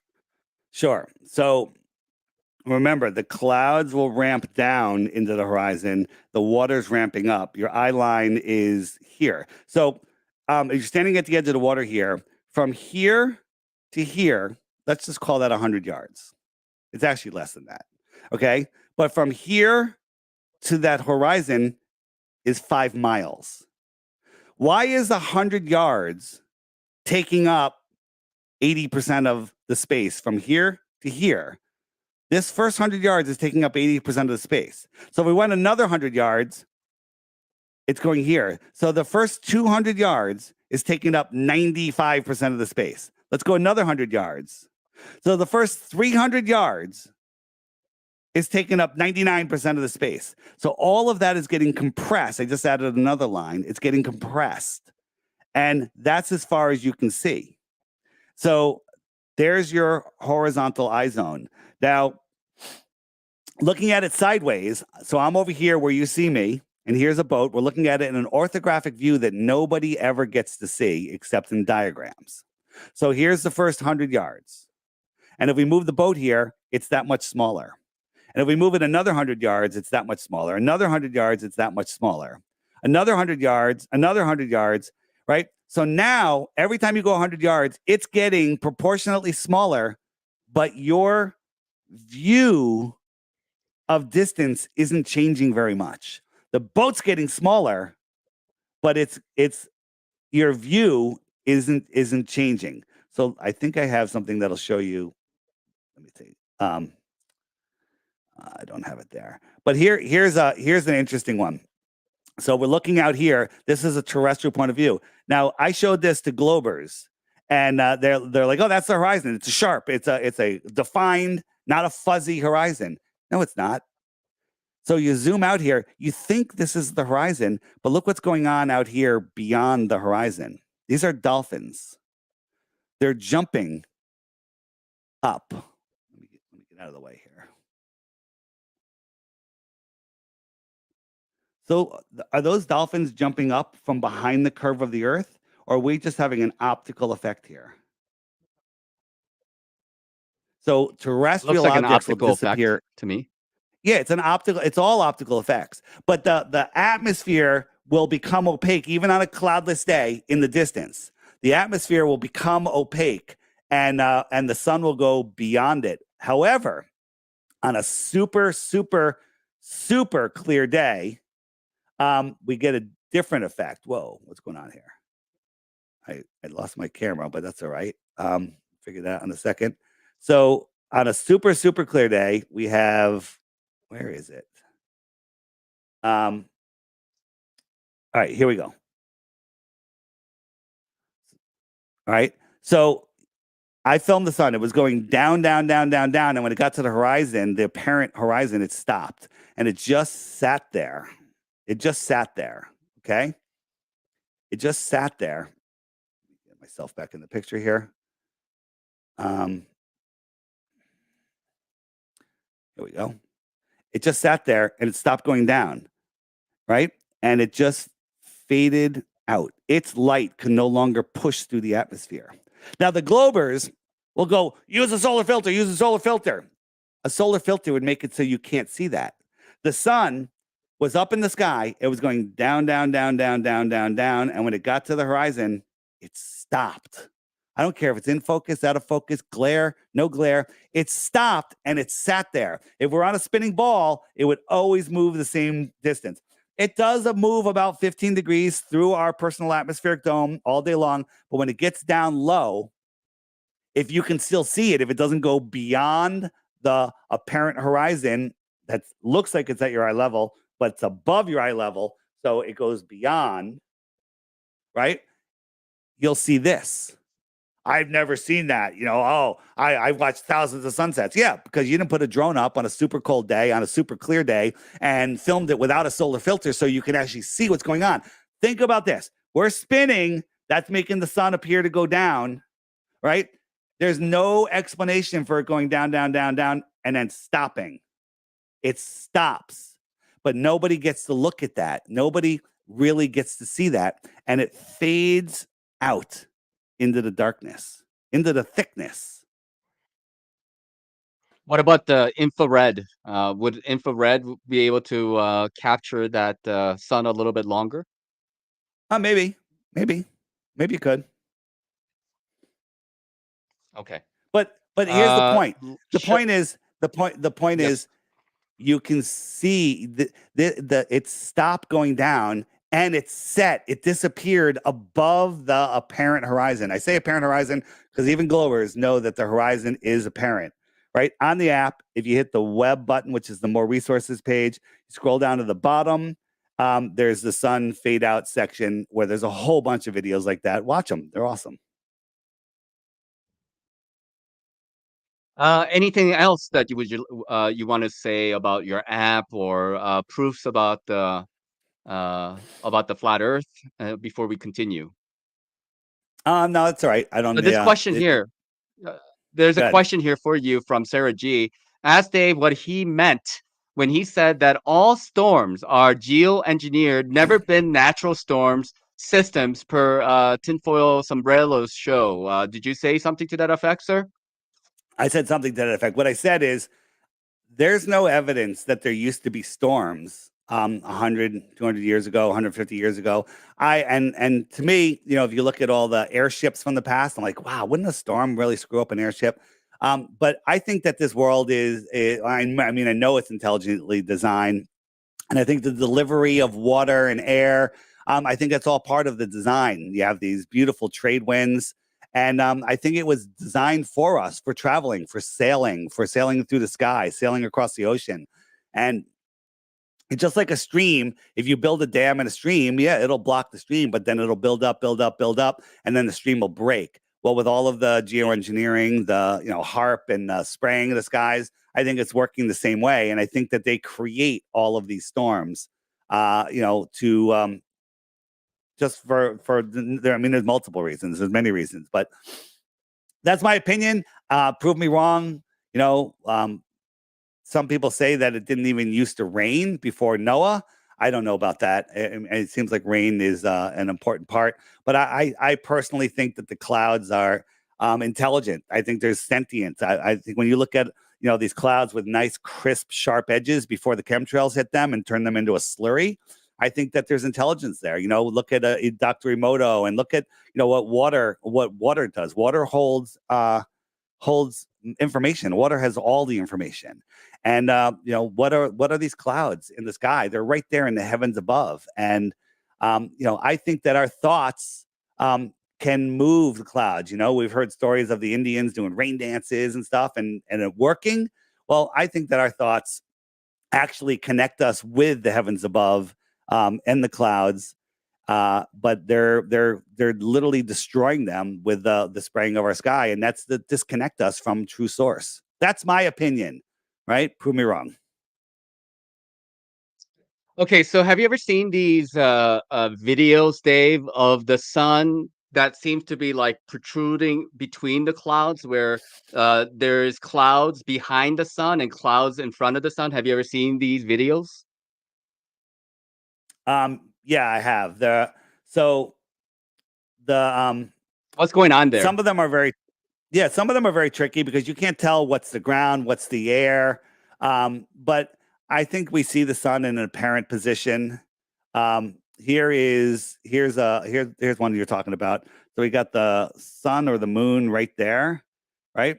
But that could be explained like we're looking at a cloud deck and the sun is farther away and it's below what we're seeing here and it's just popping through. I don't know. I personally think that the sun has been seen in between clouds, but other people say, well, they can't. They're thinking of it more as a physical object. And I think that if somebody was over here looking at this, they would see the sun in a completely different position. So we've had many people, mainstream media, these clown interviewers that are just looking to discredit flat Earth. They'll say, what's with the sun? And someone will go, well, everyone has their own personal sun. So there's billions of suns, right? That's not what they mean. It's just we all see this point of energy at a different position. We see it in a different position. And that's just how we see it. We all have our personal relationship with the sun. How about that? Well, yeah, it's kind of like you can say the same thing about like rainbows. For example, if you and I were, out in a plane somewhere and then we saw a rainbow, that rainbow is kind of like it's going to have a different visual angle based on who the observer is, right? We would have our own rainbow to be, and we would be looking in the same direction and say that the rainbow is there, but that rainbow isn't going to be exactly the same because our view or the perspective in which we're looking at that rainbow will be different. Would you say something to that effect, or is that something different? Yeah. So no, it's something like that. I just don't think the sun is a physical object as they tell us. So again, the optics of the sky are no way to prove the shape of the Earth. And when you look in the sky and things are going in different directions, are you looking through water? Is it reversed? What are we seeing? Maybe it's something that we'll never understand. But you can easily prove this isn't a 93 million mile away moon right there. It's something else. Okay. Yeah. What about gravity? How would you explain gravity? Are objects falling to the ground, or is the ground meeting up to the object? Do you have any thoughts on this? Well, in my opinion, the Earth does not move at all, and and and things fall because of buoyancy and density, right? Buoyancy and density, right? Flat earthers are crazy because everything we say down is down, but ballers say this. No, everything goes to the center, right? Which is stupid, And if you look at the three body problem, um, the gravitational model for planets makes no sense because it would never be a repeating perfect pattern. It's totally impossible, according to their model. I mean, we have all these planetary alignments. How come things don't pull on each other, right? This is how I think it works. The sun and the moon are the anode and the cathode. The salt water carries a current. The land is the salt bridge. And we live in this electrical system. The earth has a neutral or negative charge, and anything above it is positively charged. And it says down is this way. It's a very weak force. And then buoyancy and density do everything else, right? Now, people don't like this answer. Some of my critics, which I couldn't give a crap.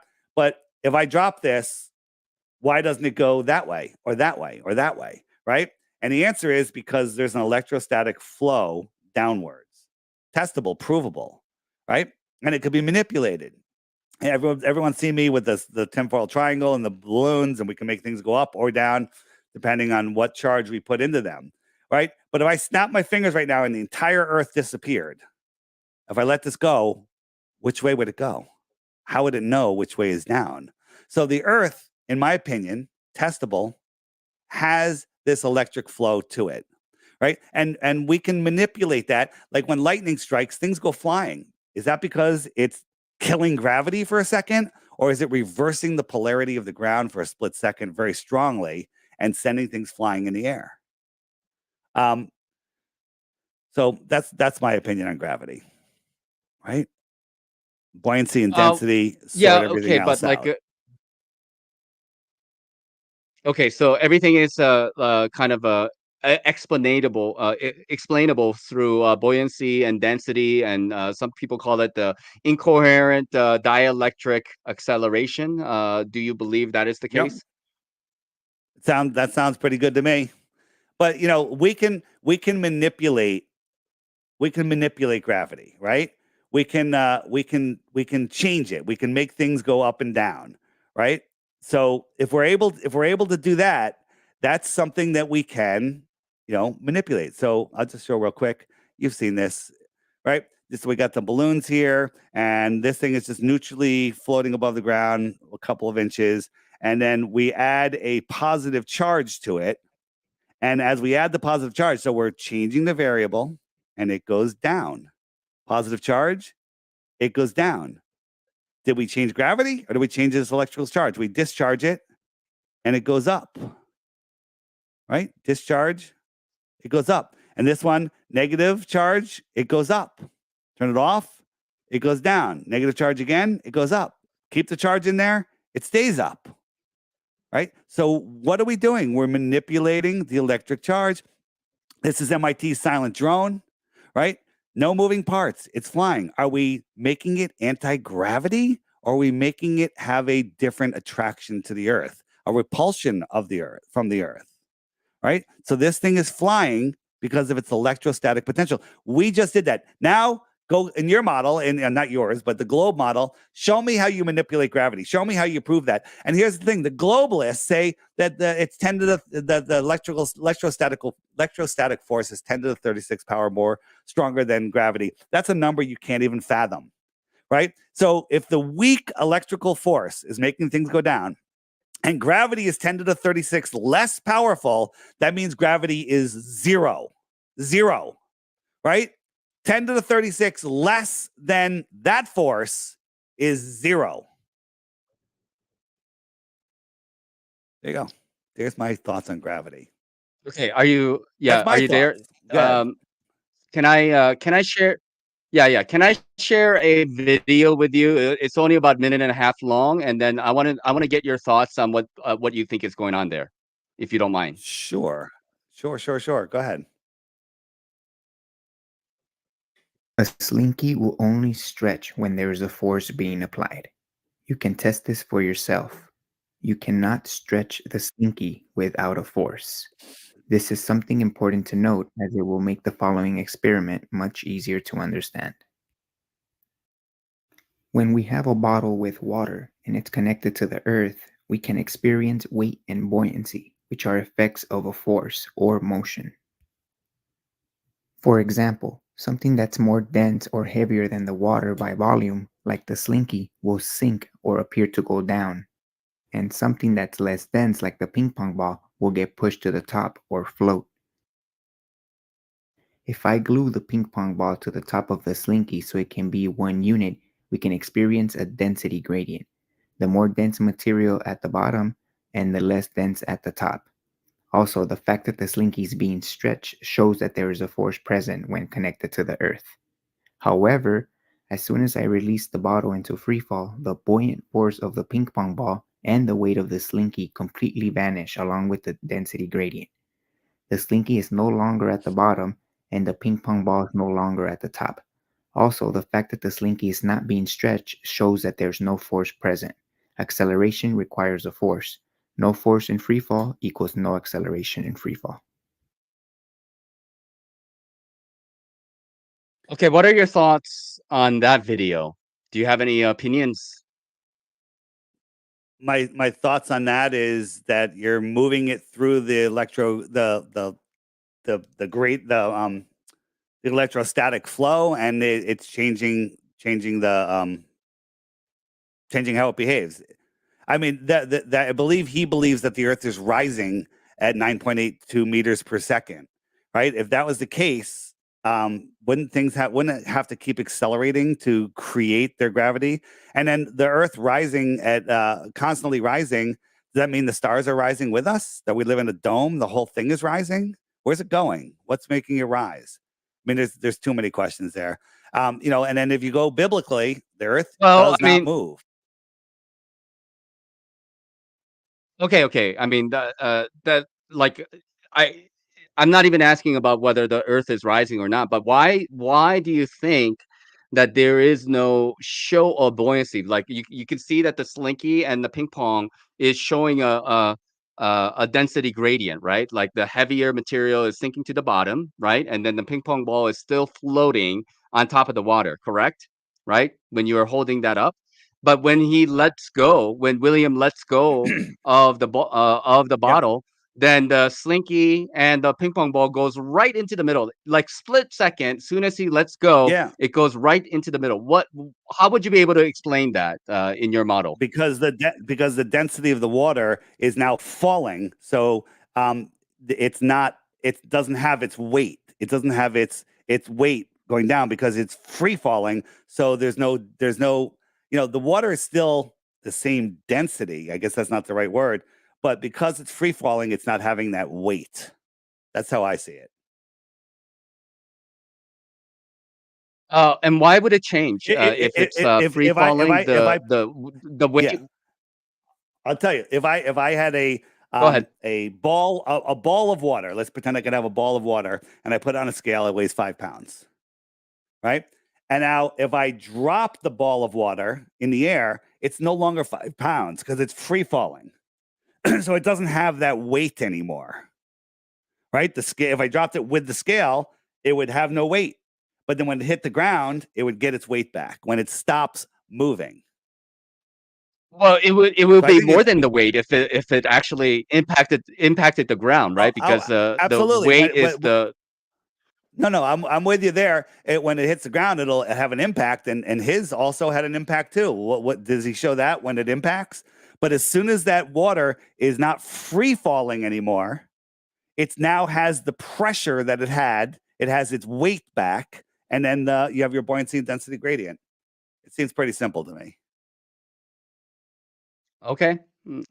I still ponder about how that is possible myself, but we can move on to another topic. Let's continue on with the final experiment, if you are okay with that. Would you like to talk about the final experiment? Sure. So let me ask you a question. Will came out of nowhere, right? He's a pastor, right? And if you know anything about, psyops, they put people in positions that are the opposite of what they're actually doing. Priests are doing unimaginable things, right? You have, the CPS doing exactly what they're supposed to be preventing. And I don't know about Will, but he says that he's going to send one Glober and one flat earther and himself to Antarctica. But then Jaron and Austin said they don't want to go alone. So he says, okay, I'll send two of you, but then I can't go because my wife doesn't want me to spend that money. My wife, it's another $30,000 or $40,000, right? So, okay, that's interesting, So he's concerned about that. Now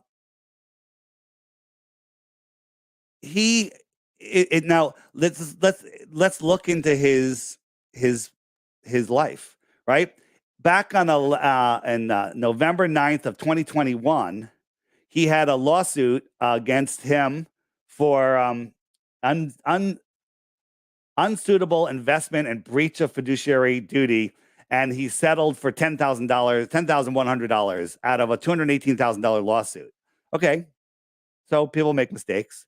Well, here's another one. This one's from 9/16/2022, not that long ago.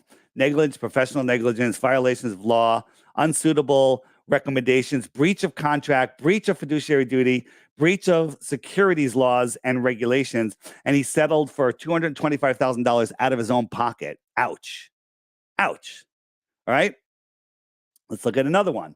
This one's from 4/19/20 April of 2024, right? Breach of written contract, breach of fiduciary duty, failure to supervise, negligence and gross negligence, misrepresentations and omissions, violations, FINRA, that's the agency that's coming after him, violations of federal securities laws, violations of California, Colorado Securities Act, violations of the Investment Advisors Act, 1940, violations, regulation bill, whatever that says. So that one's pending. He's got these pending charges from April, and he pops up on the scene. All he cares about is settling this flat earth debate. To me, I see that's a huge problem. But then just the other day, June 6th, this one pops up. Violations of, and by the way, the SEC is after him, so that last one could come with jail terms. Okay. Violations of federal securities laws, violations of the Colorado Securities Act, breach of contract, common law, fraud, breach of fiduciary duty. This is a bad guy. Negligence and gross negligence. Am I saying that right? Negligence. $135,000. He's worried about an extra ticket to Antarctica. He's got this. I'd like to talk to his wife, how she feels about that. And then 6/11, unsuitable investments, violation of federal securities laws, fraud in other sales securities, fraud in connection with the purchase and sale securities, violations of the Colorado Securities Act, so Colorado's after him, violations, California's after him, unfair, lawful, and fraudulent business practices, misrepresentations and omissions of material fact, breach of contract, common law, fraud, breach of fiduciary duty, negligence, and gross negligence, $360,000. He's got $500,000 of fines and jail terms on his neck, but all he cares about is the final experiment, and he can't afford an extra ticket because that's going to break him, right? He says he's got all this great money. He made money because he did well in the financial world. He's only had his license for a few years. He's got all of these charges against him, and I guarantee there's more charges coming.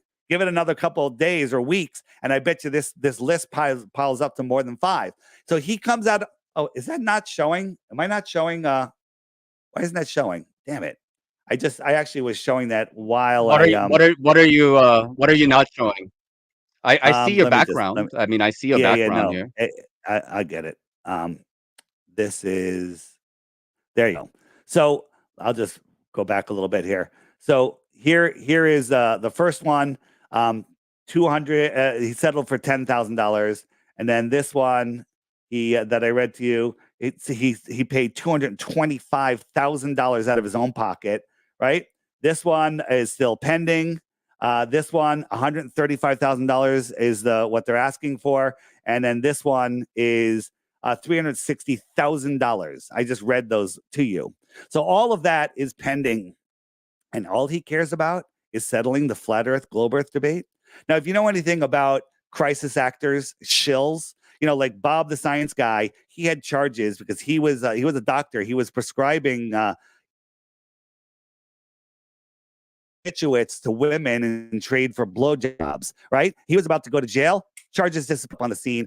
He's Bob the Science Guy. He's going to debunk flat Earth. What happened to those charges, right? Maybe speculation, I don't know, is doing some sort of deal to get out of this trouble, but they're piling on. Like this is just from this last in June, all right? So shouldn't he be putting all of his resources, all of his efforts into staying out of jail and paying his lawyer rather than sending some guys to Antarctica to look up at the sky to see a light that isn't going to prove anything, right? So the other thing is proving the sky, the light in the sky, if it goes around. Now we know as flat earthers that the sun does not circle around. We've had and also the final experiment. That is an obnoxious title. It's not a final experiment. It's not even an experiment, right? You want to really do something instead of freezing your ass off for 5 days trying to film the sun at midnight. Why don't you just fly from Santiago around the edge of Antarctica and go over to Australia, right? Do that in 1 day. Why does he do that? Right? That would be interesting. And here's my prediction of what's going to happen. Right now, people talk about the sun simulator and they're like, that's bullshit. I agree. I believe that the sun simulator that they showed us is not floating in the sky. But I do also believe with great certainty that they can project a bright light in the sky. Now, the sun, when it's low in the horizon, again, you're looking through all the atmosphere, there's always haze. There's always clouds, always. So the part where the sun has to go around behind them at midnight, it would be very, very low in the sky. And if it's behind clouds and they're projecting a bright light, and we all go, no, that doesn't look like the sun. It's bright. The sky is lit. We know it's lit because of the coffee cup caustic. We understand that because we've been looking into this for years. But the mainstream media will run flat earthers prove the globe and don't like the results because even though they filmed it themselves, the sky was lit. The sun was behind the clouds, but they say it's not the sun, that it was a fake sun, right? And that's true, but they're going to run with that worldwide and we'll have no say because the mainstream media, that's all they're going to carry. And they'll say flat earthers prove it, but deny the results. Then the day that they leave, William Shatner, the liar who went up to fake space, doing it for money, Neil deGrasse Tyson and Bill Nye will go there and they'll claim that they saw it also. Meanwhile, we've had people working in Antarctica for 6 months, better part of a year, that say they never saw the midnight sun. Now, the sky is lit, but try explaining that to a normie that thinks flat earth is stupid. They won't understand how the sky could be lit on a flat earth with the sun on the other side of the world. They don't understand the optics of the sky. So the guy, just backing up, the guy's a complete and total fraud. And just the fact with all those charges against him and he's focused on this shows you he's up to no good. He's up to absolute no good. So when people say, Dave, why did you turn down a free trip to Antarctica? Because I'm not going there to freeze my ass off. I don't have the time to get away. I have plenty that I need to do here every single day. And I don't believe that any of that's true. Why would they fake a 24-hour sun in the videos that they fake them in, right? And just the other day, McToon McToon showed a video of the 24-hour sun. Let me show you which video he showed, and how stupid it is. It's absolutely insanely stupid. So let me just pull this up. Give me a second. You know what? I can do it right here. I'll do it right here. Go here. Antarctica 24-hour sun. Just pull this over. Where is it? 24-hour sun in Antarctica. Where is it?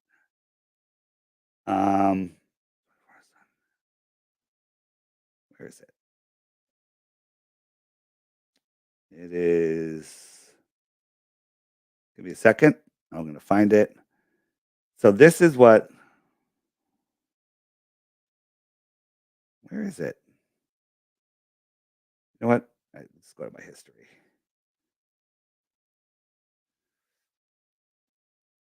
I think it's new history.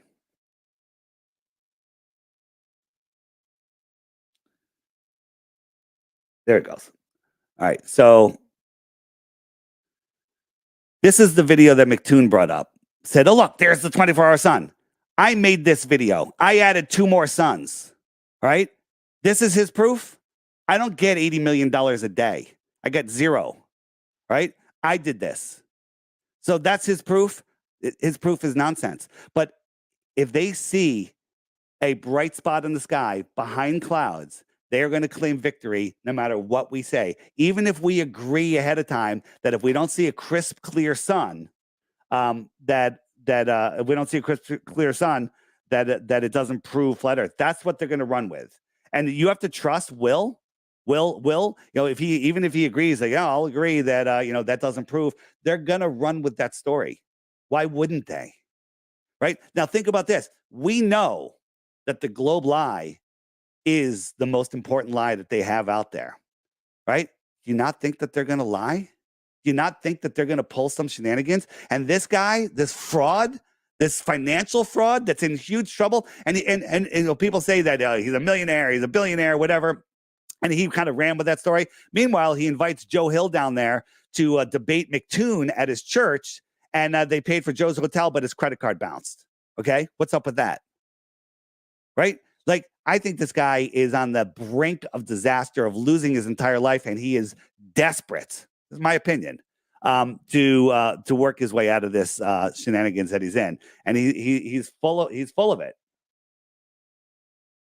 So there you go. Okay.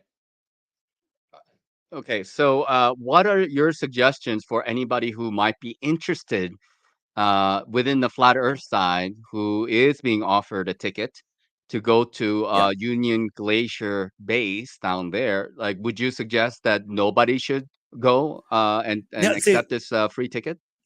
yeah. So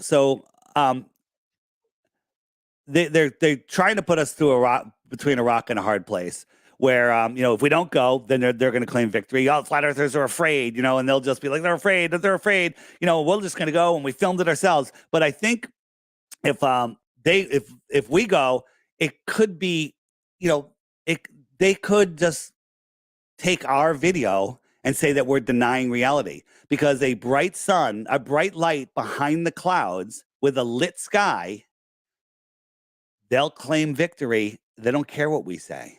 They'll claim victory. So I don't know the answer. I think that this guy Will should be called out for these charges against him, and people that see that, you know, that this is going on in his life, and all he's doing right now is talking about, he has to pay another $500,000 in fines.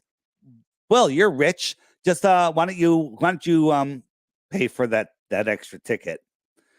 I think it's bullshit. I think that I think that we you know, when I first got his emails, when he was teasing it, I ignored the first one. Second one came. I said, what's this about? He goes, you're going to learn soon enough. I said, take me off your list. I want nothing to do with this. And then when I found out it was him, I said, I want nothing to do with him, because in my eyes, he's a demon. Think of his discernment.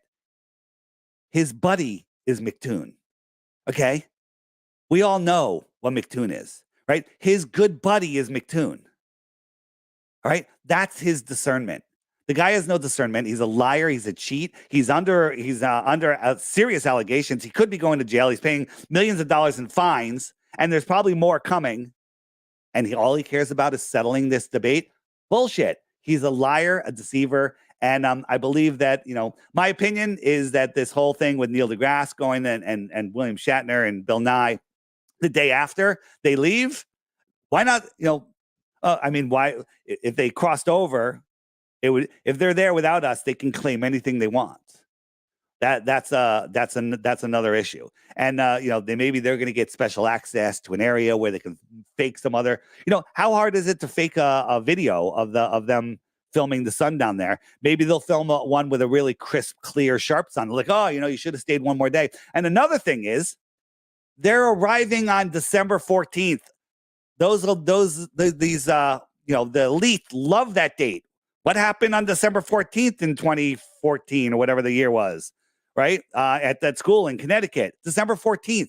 There's several things that have happened. It's one of their special days, like 9/11, right? So maybe that's just a coincidence. But all of these things adding up say this is going to be a massive deception, and it's a bunch of bullshit. And then I want to point out one other thing. Jaron is so confident that there'll be no sun going behind his head around the south. And I agree. There's not. I think he misspoke when he said, then, the globe makes more sense. I don't think he meant to say he believes in the globe. He's going to say, there's a problem with our model. I have to figure out what it means, but it doesn't get rid of the no curvature. It doesn't get rid of all of the other heliocentric stuff that we've disproven. It doesn't get rid of it, but it causes a problem if there's a real sun that goes by there. But could they fake it?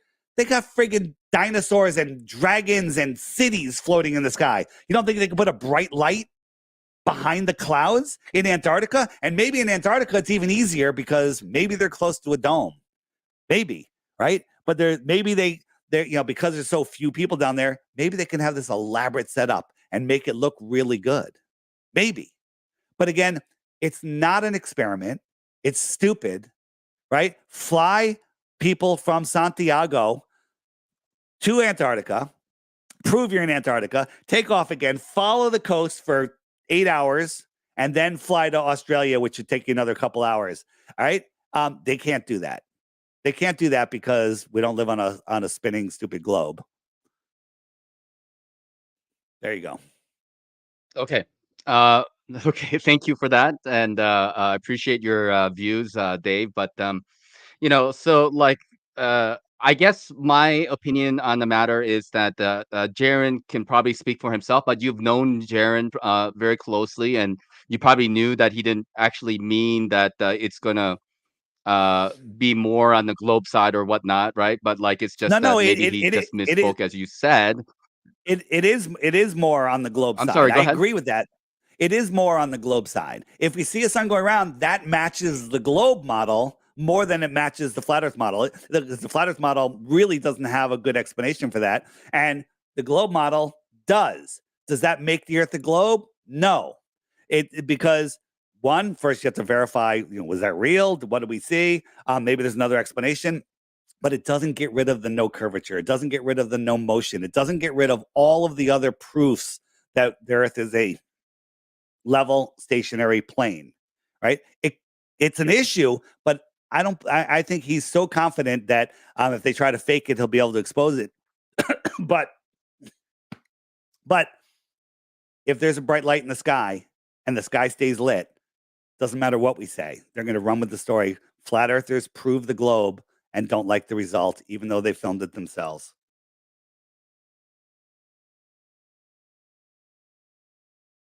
Okay, but don't you think, Dave, that at this point, with all the hype around the final experiment and this conversation about Jaron and Whitsitt potentially going down to Antarctica, that to go is kind of damning, and to not to go is also equally damning, if not worse, right? Because then we're playing a game of chicken, right? And then they will claim, well, the flat earthers are not going to follow through with it because they're afraid to see the results, right? So, how do we navigate? Do you think, as a quote unquote flat Earth community around this topic? I just think that with all these charges against Will and him being a fraudster and a liar, that people have to realize that he's up to no good and he can't be trusted, and walk away from the whole thing. That's what I think, because they'll try to film some stuff, but at least they can't say flat earthers filmed it and denied it. They could say, "Oh, we filmed it," and but the thing is, people have been going to Antarctica for decades. No one has seen the 24-hour sun, but he's going to see it this time. I don't think so. I think it's a massive deception, and that he's the fact that he named it the final experiment. This isn't him. This is not his doings, in my opinion. This is not him. He'll just claim it is, and he just wants to put an end to it, and he'll become a flat earther if the sun sets. Bullshit. It's bullshit. Okay, so I mean, you're friends with Jaren. Have you suggested to Jaren that he should not go, and Witsit as well? I mean, you definitely spoke to just about everybody within the flat Earth community who is anybody. So have you told everybody that you don't believe in the final experiment, and then nobody should be a participant of it?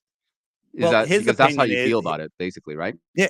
Well, that's my opinion, and he doesn't have to listen to it. But he feels that if they try to fake it, he'll be able to show that it's fake. They have infrared cameras and everything. But what he doesn't realize is it's friggin' cold. It's going to be like 30 below zero, and cameras and like I don't like 95% of your battery disappears. So what's he going to bring? 50 friggin' batteries down there and warmers and stuff. He's going to have to spend 50 grand, 100 grand in batteries. He's not going to have the right equipment to document it. But Dave McKeegan, he will. He'll film it. And they'll say, look, that's the sun right there, because it should have gone right here. And it did go right there. They'll project the sun right where it's supposed to be if the Earth was a globe. And it's not about putting a simulator up there.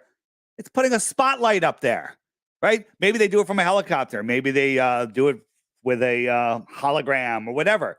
To think that they don't have that technology to put a bright spot in the sky, that's ridiculous. That's not even a conspiracy theory. That's easy. And they don't need it to light up the sky, because the sky will already be lit, right? But try explaining that to a normie. They won't get it. They'll be like, it's because the Earth is a globe. Okay. Yeah. So anything else that you want to say about the final experiment and Will Duffy and like obviously you have your opinion that this guy is not really credible. He's not really trustworthy, and there is probably something nefarious that we are not fully aware of. Obviously, up front, Will Duffy is saying that he really just wants to know. And this is one of the ways to know whether or not the Earth is actually a globe or a flat Earth model. And a lot of people are saying this is what is called a false dichotomy. Uh, uh, so it's like kind of like, uh, and some people also feel that this is kind of, how would I say, like a distraction of sort. But It's a how do huge we get distraction. away from this topic? Because yeah, yeah. But like a lot of people, including myself, have immersed our time and attention to look into Will Duffy and who he is associated with, and what kind of a past he has. And I think more information will be coming out. Absolutely. And just going back to those charges against him, do you find it weird that this guy has massive charges that come with jail time and, another $500,000 in charges, and all he cares about is the final experiment? That is not reality. That is not what happens. He should be working with his lawyer. He should be saving his money to keep himself out of jail, but he's not. Okay. If someone can't see through that and see that there's a massive, massive deception going on, you're blind. You don't understand it. Do you agree that it's weird that he's doing this with all these charges against him and more coming? I think it Well, even without the charges, I think I found it to be weird. I mean, without all this additional How about information about his past, being a part of. I'm sorry. Go ahead. with the charges? Yeah, that adds to it, but I already felt it was weird without it. It was what I was trying to get at. Yeah, I get But it. yeah, I it's get it. even more weird with the W- charges. It, Yeah, yeah. it's impossible with the charges. Nobody with those charges decides to take on a pet project like this. He's spending all of his time on it, and just use your God-given common senses. When this guy talks, the way he has that duping delight, the way he talks, the what he says, he is, in my opinion, full of bullshit.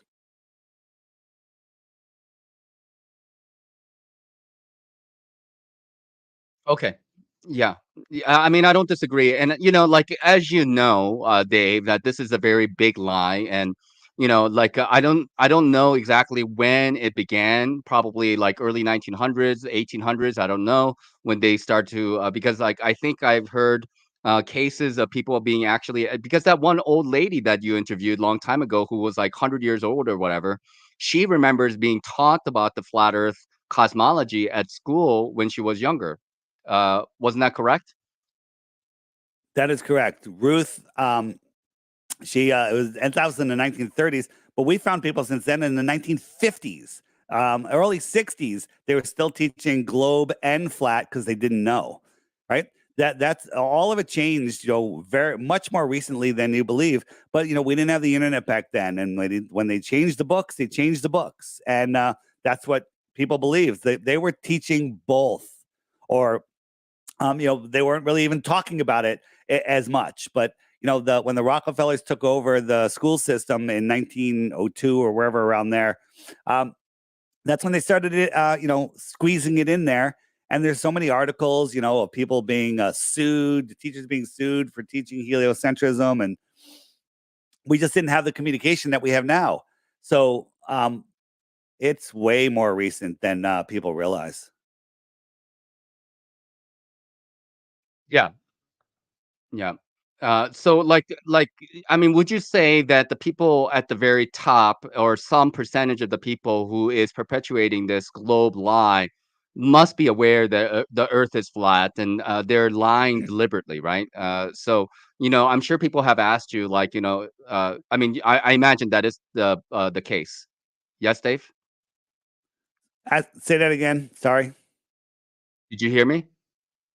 Yeah. So there must be people who are perpetuating the globe lie. Some of them must know the Earth is actually flat, right? They must Sure. know that the Earth is flat. They know the real actual mechanics of this realm, but they're lying. So what is the intention behind that? Why the lie? You've been asked this question, so how would you answer that question? Well, I mean, for the people that are lying, they might be doing it for power, and maybe they know some resets coming, and they get a special position. Um, Power and no money. People look down on the regular population as useless eaters, so they're above, and so they're going to lie to keep us as slaves. Because if everybody woke up to flat Earth, everybody would unplug from the system. The entire governments, churches, schools, everything would just fail, and people would be free from the indoctrination and the rule, the unauthorized rule over them that they've been allowing. When you wake up to flat Earth, you wake up to your own God-given rights, and you take them back, and that's what they don't want. So the people that are lying are trying to keep everyone else a slave because they get a special position, they're making money, whatever it is. That's why they would lie. And the main reason they lie to us is to, in my opinion, is to hide the creator, hide God, and hide more resources, and hide possibly more land. We don't know. Do you think there's land beyond the Antarctica? Do you believe so? Personally, I think there is, but I can't prove it.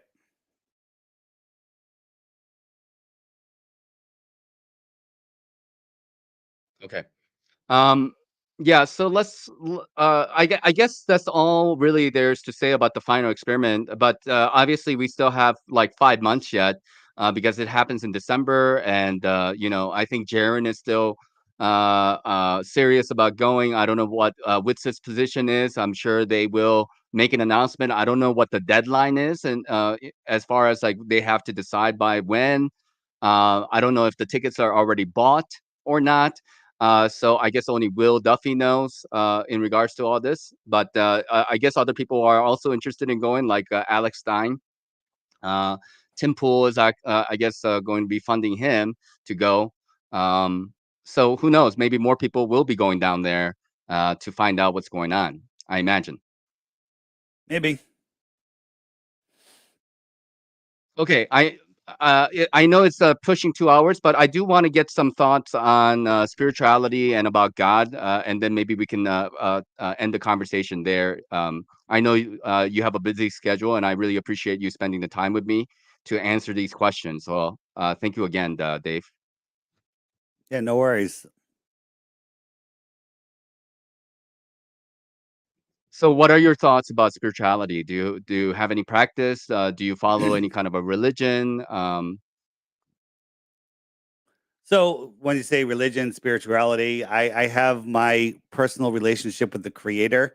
I don't call it a religion. I just call it my relationship with the Creator. I'm part of this big system, and I understand the power of thought, the power of prayer, and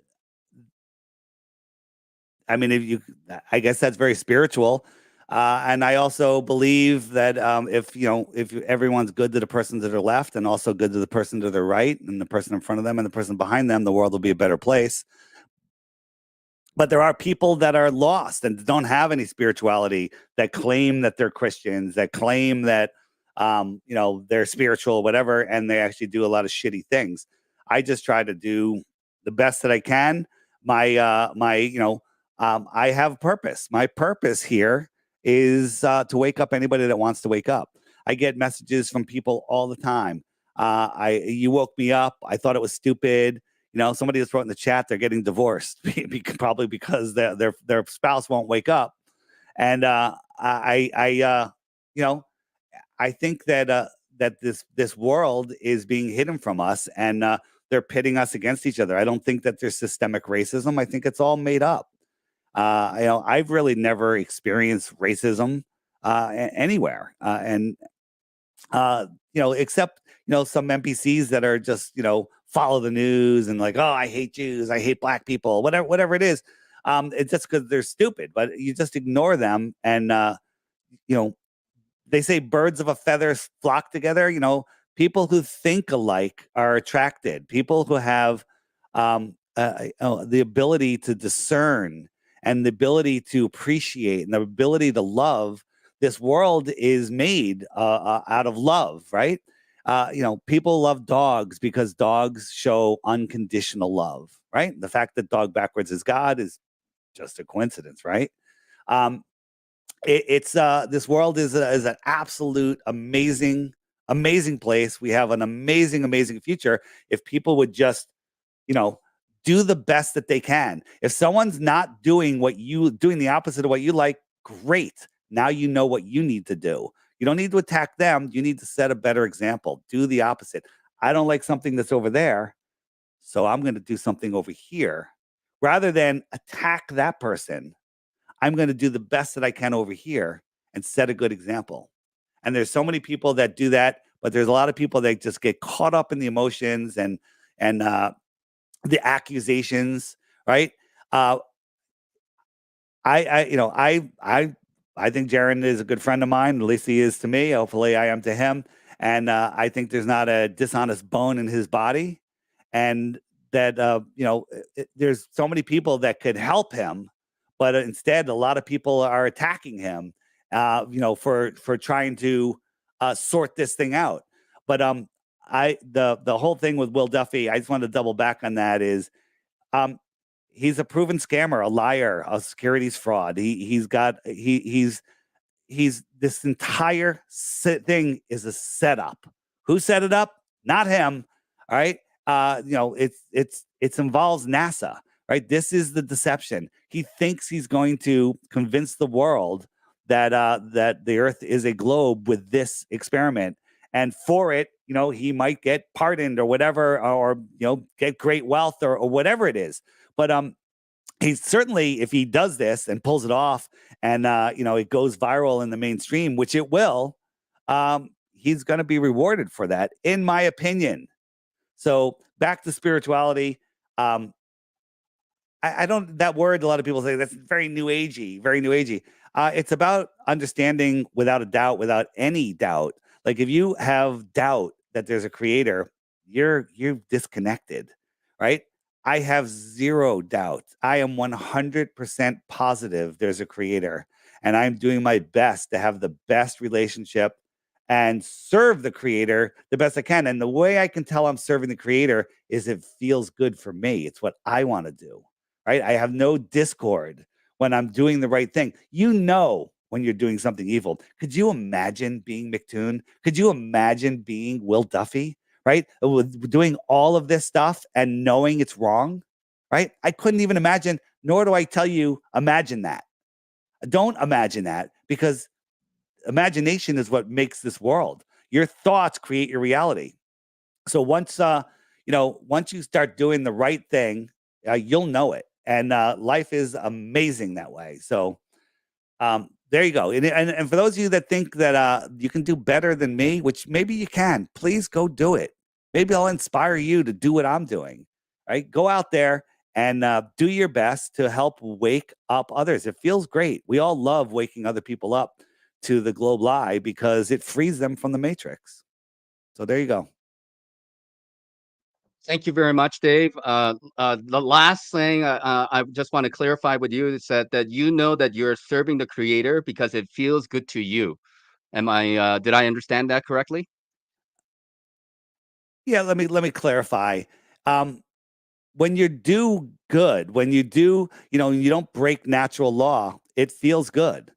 People, psychopaths could say, well, it feels good to murder people. It feels good to harm people and steal their money. That doesn't really feel good. I mean, you might get a charge out of it, but when you don't break natural law, don't harm anybody else, and you do your best to be synergistic with creation and nature, it feels good. Yeah. I think we don't have enough time to talk about natural law, anyways, because that's another whole topic about common law and legalese and such. But I really do appreciate you spending a couple hours. That's double the amount of time that I was actually expecting from you, Dave. And I hope you get better with your cold. And any last words before we call it a day? No, that's it. And if somebody hears something or suspects something, feel free to ask me. I'll get to it if I can. But I'm pretty much an open book. Okay. Well, I just want to let the audience know that I will be closing this StreamYard down, and I'm going to be opening up a new one, and I'm going to have an open panel for anybody who wants to come on up and have a conversation with me about the discussions that I had with Dave. So just be aware of that. But I will end this session with Dave, and thank you again, Dave, and I hope you get better, and good luck to you with everything that you do, and wish you all the best. I just have a little sore throat. I'm doing fine. So everybody have a great 4th. Enjoy yourselves. Because we're free. Remember, we're free. It's it's kind of funny, but enjoy your weekend, everybody.